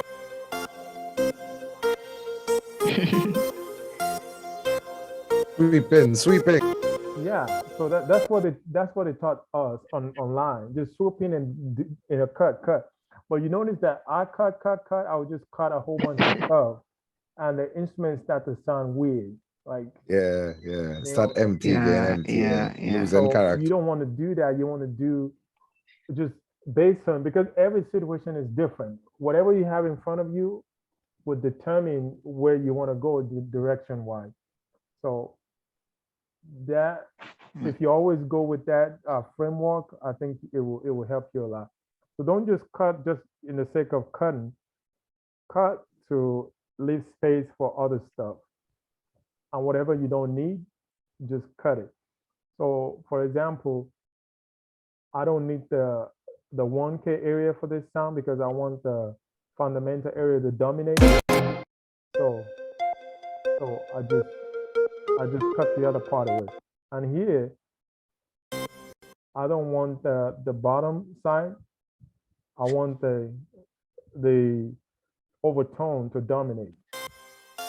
So if I leave this like this and stack a whole bunch of stuff like that, what happens to my headroom? Disappears.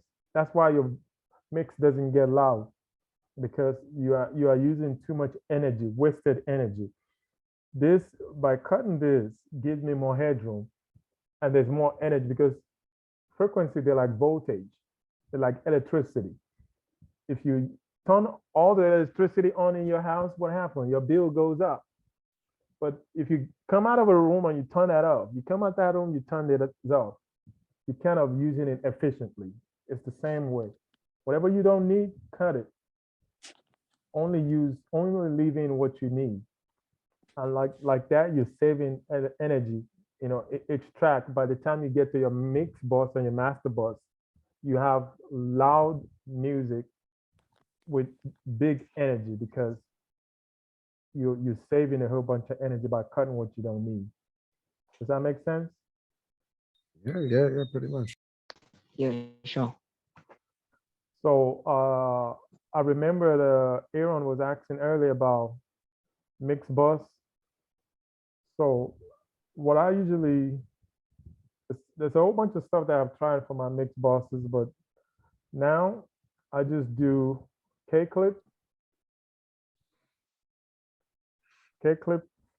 just the default settings.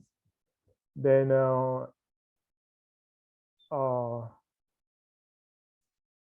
Filter Pro 2, you could just put that at default too. So this just shaving off all the top. But if you want to really go crazy, sometimes I use my NLS waves to add some saturation at the master bus. So Nice. I will add a bunch of this. Maybe like I'll put like a one drive. Then I'll use the spike, the mic, and the Nevo to add saturation at the master bus. So let's say I use that 3 times. So when I'm done with that, then I can use I have this settings that I got from Jason Joshua. I can give it to you guys want it. So where is it at? There's a multi-band compressor settings, and it just push your your mix to just make it sharp all of a sudden. Where is it at? I think it's this one right here. So A dark night, starlight, the moon's bright. I'm with you, we dance. I guess too much, yeah.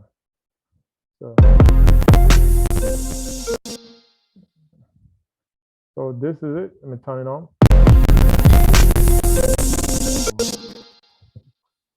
Oh, computer is acting up. All right. Anyway, computer, I want to play. This is the settings right here. If you can copy it real quick. Screenshot of screen grab. So 50 millisecond at the low end. The release is at 1 second. Then 20 millisecond in the mid range. 1 millisecond for all the releases. Then you're boosting 4 dB in output.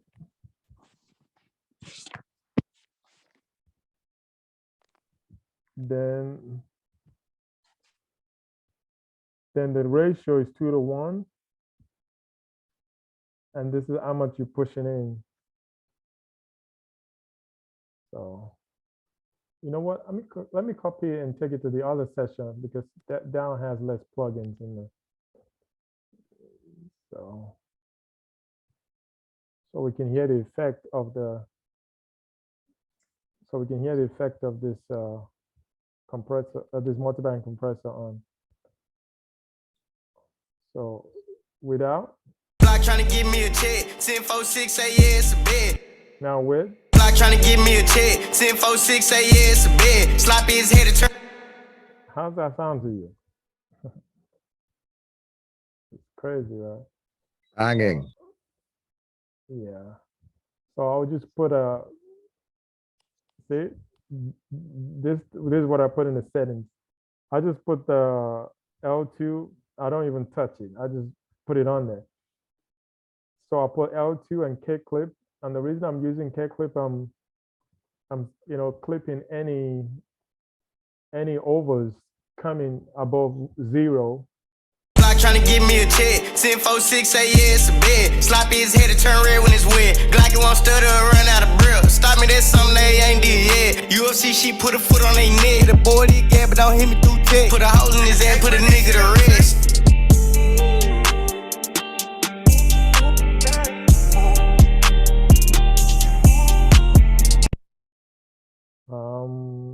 Let's see, where's the loudness? I want to see what I'm hitting. Block trying to give me a check. 1046 say yeah, it's a bed. Sloppy his head to turn red when it's wet. Glocky won't stutter or run out of breath. Stop me, that's something they ain't did yet. UFC, she put a foot on their neck. The boy did gap, but don't. Yeah.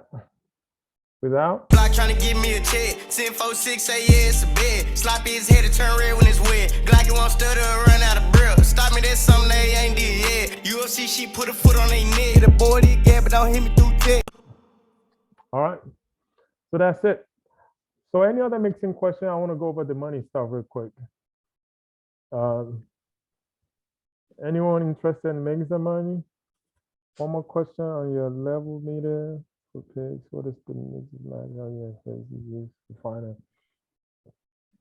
Yeah, see, that's a debatable question. Is asking about the LUFX.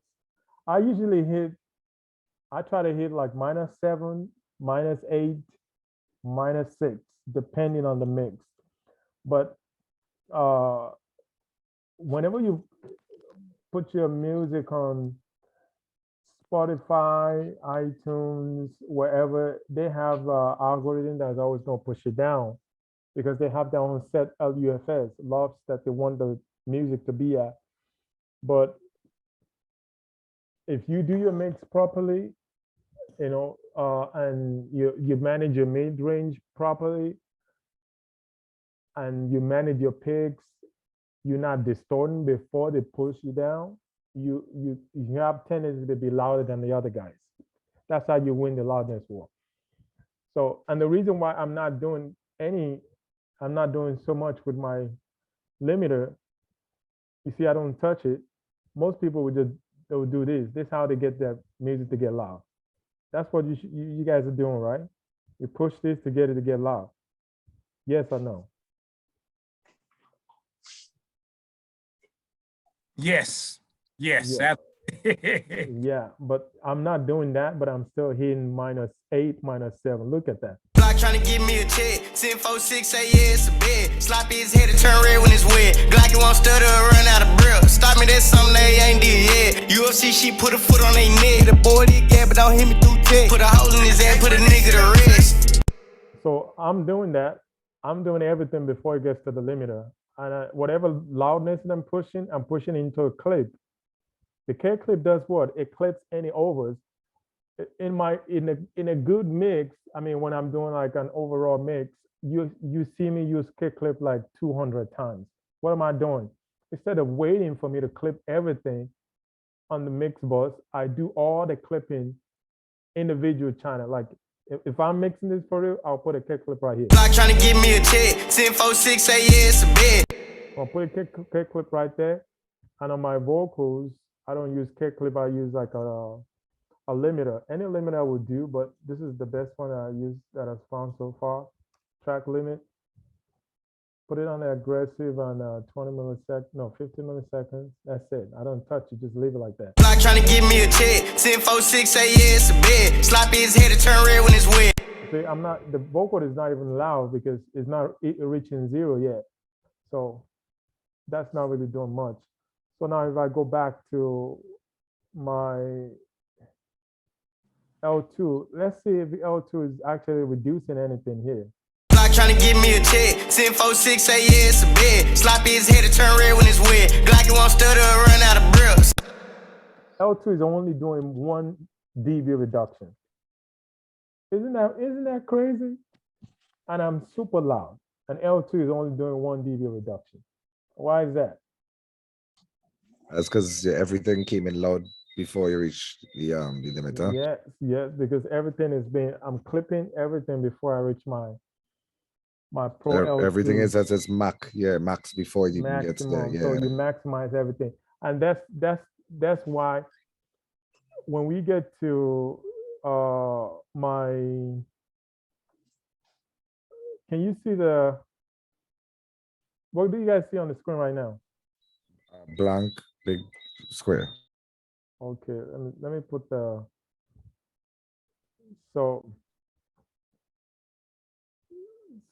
we'll talk about that. So when we get to my clapper, the clapper method is another method that I use as another framework. Like I taught you the framework for the vocal mixing, the clapper method. This is what clapper means. So clapper stands for maximum clarity, maximum loudness, speaker adaptation, punchy groove, emotional distortion, and 4-day realism. So those are the technique that I use when I'm mixing with clapper. Everything is maximized to the loudness before they even reach the limiter. So that's clapper method. And any question?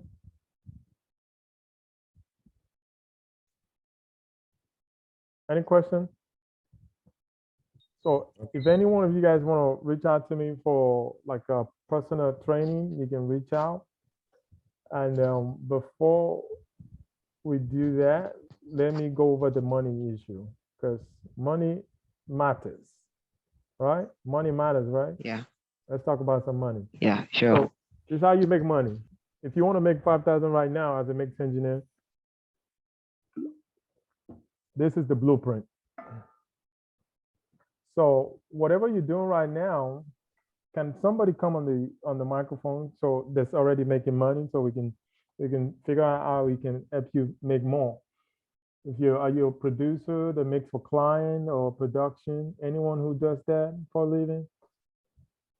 Well, as I mentioned before, I do the audio engineering side for advertising. So I do radio commercials, voiceovers, jingles, that kind of thing. Okay, so how many clients do you do every month? Oh, I have clients every day. Okay, good. How many I clients? deal every mostly, day? well, I deal mostly with advertising agencies. I have a few clients that come direct, like Pizza Hut and a couple other clients, Subway and stuff, but most of it is through agencies. So they just contact me with the scripts, ask me to source the talent. They'll give me a direction or whatever, then I put it together and present it to them, and it gets approved or not, you know? Okay. Yeah, well, this could work for you too, but I created this for people who are actually mixing for maybe artists, or maybe a producer or a mix engineer who makes for artists and want to get more clients. Right. So this can work for you, but this is the number right here. So let's say, for example, an average mixing gig is $200. I don't know how much people pay for mixing out there now. How much do you guys charge for mixing? Well, at the moment, the whole COVID scene had mashed up the music industry for a while down in Trinidad and Tobago. By the way, good night, everybody. I'm from Trinidad and Tobago. And well, me and a couple of other friends tried to revive it by starting a $9.99 special, which in TT dollars is not much compared to US dollars, which was basically we give you an hour to come and record your vocals, and then we will mix and master it for you within Okay. that. Well, I mean, it was really $1,000, but $9.99 as a whole trick, you know, really it makes it sound better. Yeah. All right. So let's say you mix for $9.99. So that's $9.99. Is that $100 or $10? What is that? That's $999, so $1,000 basically. But I still record, mix, and master. Yeah. Oh, $9.99 record mix and match. Okay, yeah, that's even way higher. So I use the number that's way lower on average. So let's say average is $200 per gig per song. So the way to get to 5,000 is to do 25 gigs a month, which is like 7 gigs every week. And how do you get to that?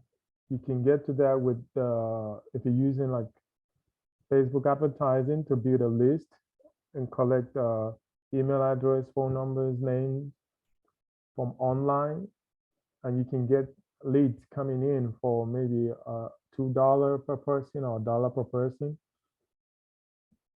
and you can build that list. And once you get the list from Facebook one time, that customer can bring you like an LTV long-term value for 1,000, or maybe they come back to you 2 times in a year or 3 times in a year. That's like 600 per person for somebody that you got on Facebook for $2 or $1 per person. So, and if you set this up, you can get 25 gigs like that in a month. 25 times 200, that's 5,000. And if you want to even double that, you can multiply that 7 gigs weekly to 14 every week. If you can handle the heat, I mean the volume, you can do 56 a month. That can get you to 11K up per month just by getting leads on Facebook and setting up Facebook ads to get you customers from online. And I do that myself. So I can show you my lead ads on my Facebook. Let me see if I can pull it up so you can see how much I'm paying for leads. Let me see. Anyone here running Facebook ads for the business?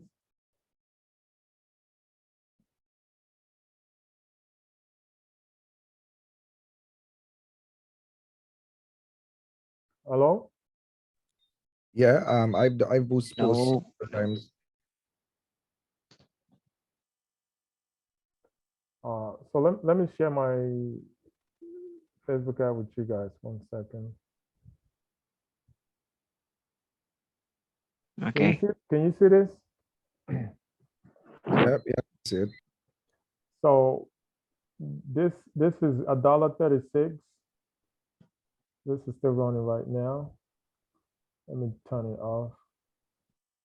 So this got 31 leads, 6, 41. I mean $4. It's got $1.36. That's you got 31, and I've only spent how much? $42.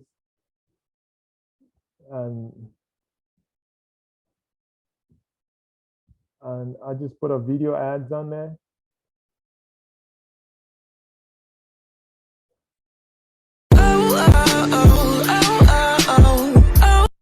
So I put a video ad on there. I made this on Canva, and I put a text on there, and people just reach out to me.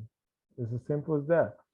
You can just collect their leads and start running them. If you want me to help you set it up, you can reach out to me. I'll help you with the setup. So you can do that and collect their leads and do 20, 25 gigs per month. That will get you to $5,000 a month, depending on how much you're charging. I just did the math at $200 per gig. But like Aaron said, Aaron's is getting paid $1,000 per gig. So if you put this machine behind whatever you're doing, it's gonna blow it up and multiply it. So, any question? Yeah, about the art. Yeah, go ahead. Yeah, at a point in time, I play the piano, so I was trying to do piano lessons that is on YouTube and on Facebook, but because of school, I was inconsistent at the point in time. But now I've now completed and I want to continue. But then I would love that you show us how to run the ads so that at least we can get to customers. Yeah. Yeah, we can do that. It's pretty easy. Like I showed you here, I put a video. I made this on camera. Put a video, and then you put a text Okay. of what you're doing. I said get industry quality. So for you, you can say get piano lessons from professional piano player, blah blah blah. Put a Okay. headline on there, and you call to action, learn more, or apply or book now. Maybe for you, it's probably book now. So this ad is a lead ad. The different type of ads you can do on Facebook.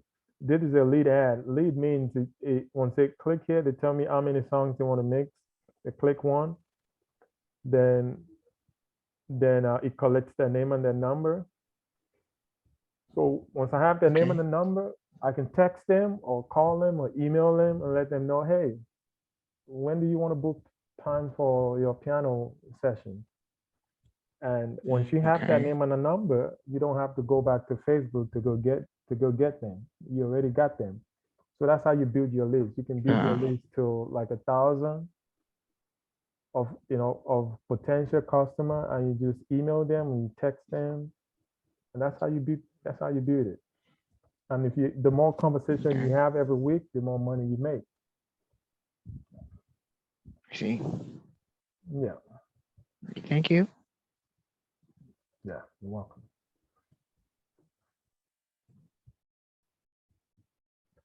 All right, guys. Any other question before we round up?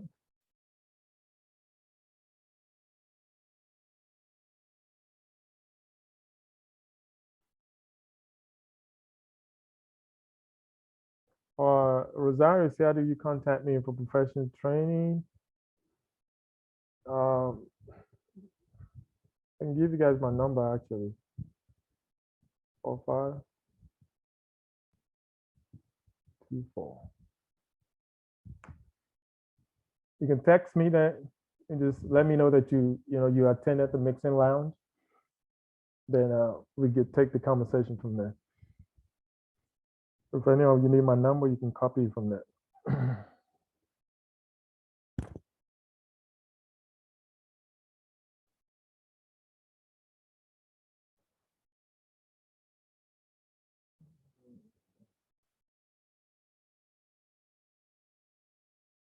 So, we getting to the end. And I want to thank you guys for coming today. Thank you for taking time out so I showed you how to build your music producer cash machine. If you need help, you can book a call with me so we can talk about it. So thank you guys for coming. And I want you guys to say something about this training. What did you learn from here today? Tell us what you learned from here today. Did you learn something or you didn't learn anything at all? Yes, I For definitely. me, Sorry, go ahead. You go ahead. okay. I would say I've learned a lot of things here. Yeah. Yeah, and one of them is about listening because I think it's very important because when I'm listening to some musics that are really nice. You know, like you spoke about having a mental picture of it. You know, sometimes when you listen to music, like you begin to imagine like what really went on behind the one producing it. You know, begin to see pictures like maybe probably sometimes like a bird flying, like maybe Okay, thank you. Aaron. atmosphere, riverside, Oh, enjoying. he's still talking. Yeah, Okay. can you hear me? Yeah, I heard you. Yeah. So All right. Aaron, what the what would listening you got to aspect is say? also cool, and about the EQing. Okay, EQ. Yeah, about the EQing. I think what I've learned today is about you knowing the type of instrument and then the frequency they are supposed to be in. So maybe probably, for example, to my understanding, let's say if the instrument is a bass instrument, you make it sit at where the bass spectrum is, you know, and if it is a mid instrument, you made it, yeah, you must make it sit at where it's supposed to be. So I think it's quite an interesting stuff. I love it. All right. Who else want to tell us what they learned today? I just got a reminder to stop skipping the groundwork because yes, that does help a lot, especially with compression and stuff.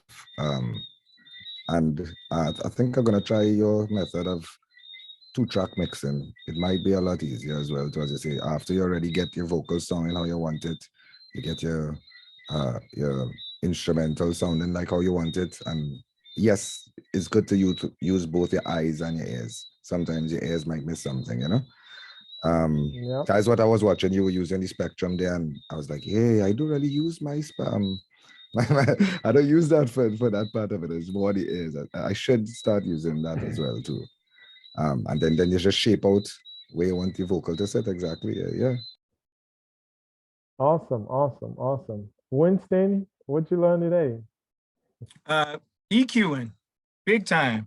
Because I was EQing by, just taking out the frequencies that I didn't like, but you showed us how to compare it with another instrument, and so that the other instrument maker sit on, be a little more powerful in the mix, or you choose which one to sit up in the mix the most, So that makes a whole lot more sense than just because I'm just EQing, I'm broad sweeping, and I'm just taking, little frequencies out here and there, but I could really form the sound so that they fit better together. And also the tricks with the multi-band compressors, man. That's crazy. Wow, wow, wow, wow. Okay, okay. Rosario, Thomas, and Jane, what did you guys learn?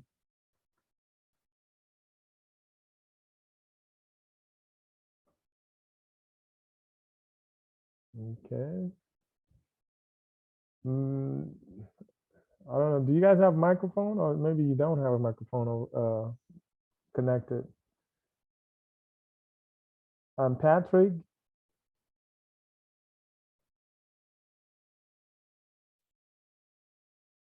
Oh, CCTS. Okay. Yeah. Yeah. CCTS is really good framework for mixing vocals. And maybe one of these days I will teach you guys my clapper method, or we can go over how to use the clapper. Is another framework that I use for mixing. So that's another good stuff. Maybe it's another time. Uh, who else? All right, that's it.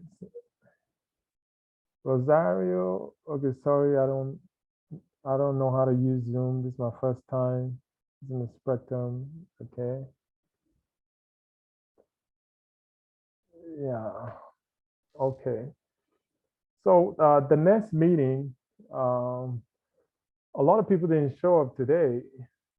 From the registration, a bunch of people that registered didn't show up. So maybe the timing wasn't good for everyone. But let me ask you guys that here, what timing would you prefer for another one? What's your preferred time? I know that people in different time zone. That's always, the challenge. So can I hear some ideas for the time?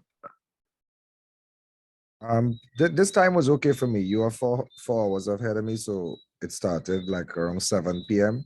So by that time I'm home and I settled. But again, that's just me. You had to check with everybody else. All right. So I was thinking about doing it in the weekend, but some people don't they're not available in the weekend because they have to do other stuff after work. So that's why I chose a weekday. So Greg, say something, Greg. I think the time is okay because here in Ghana, I think we started around 11 p.m. By that time, I'm home. I'm not doing anything. I'm not. So I think it's Okay. cool. All right.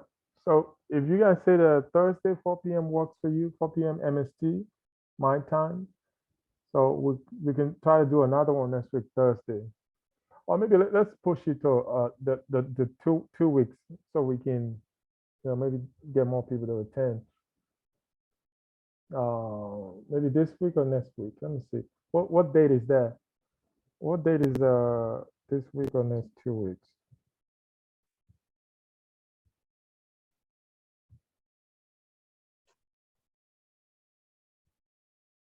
The 22nd.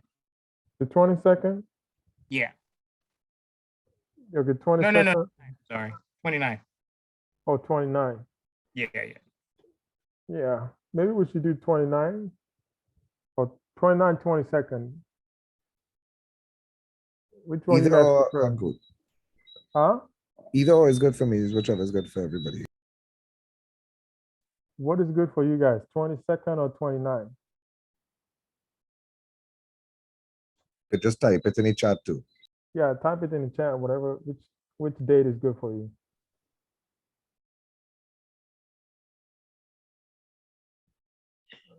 Twenty-second will do. Okay. So we got 22nd.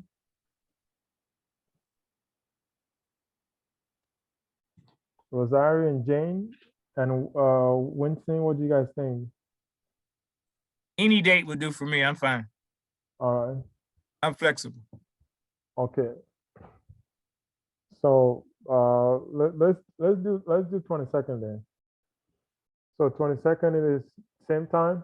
Next week we'll meet again. And if you have any question, text it to that number that I put on the thing. Any particular thing you want me to cover, just text it to me so I can prepare. So Thank you, bro. Appreciate you, man. thank you guys for coming. Man. I'm gonna buy your thing too tonight. All right. All right. Appreciate it. Thank Appreciate you. Thank you for, yeah. All right. All right, guys. Have a good one.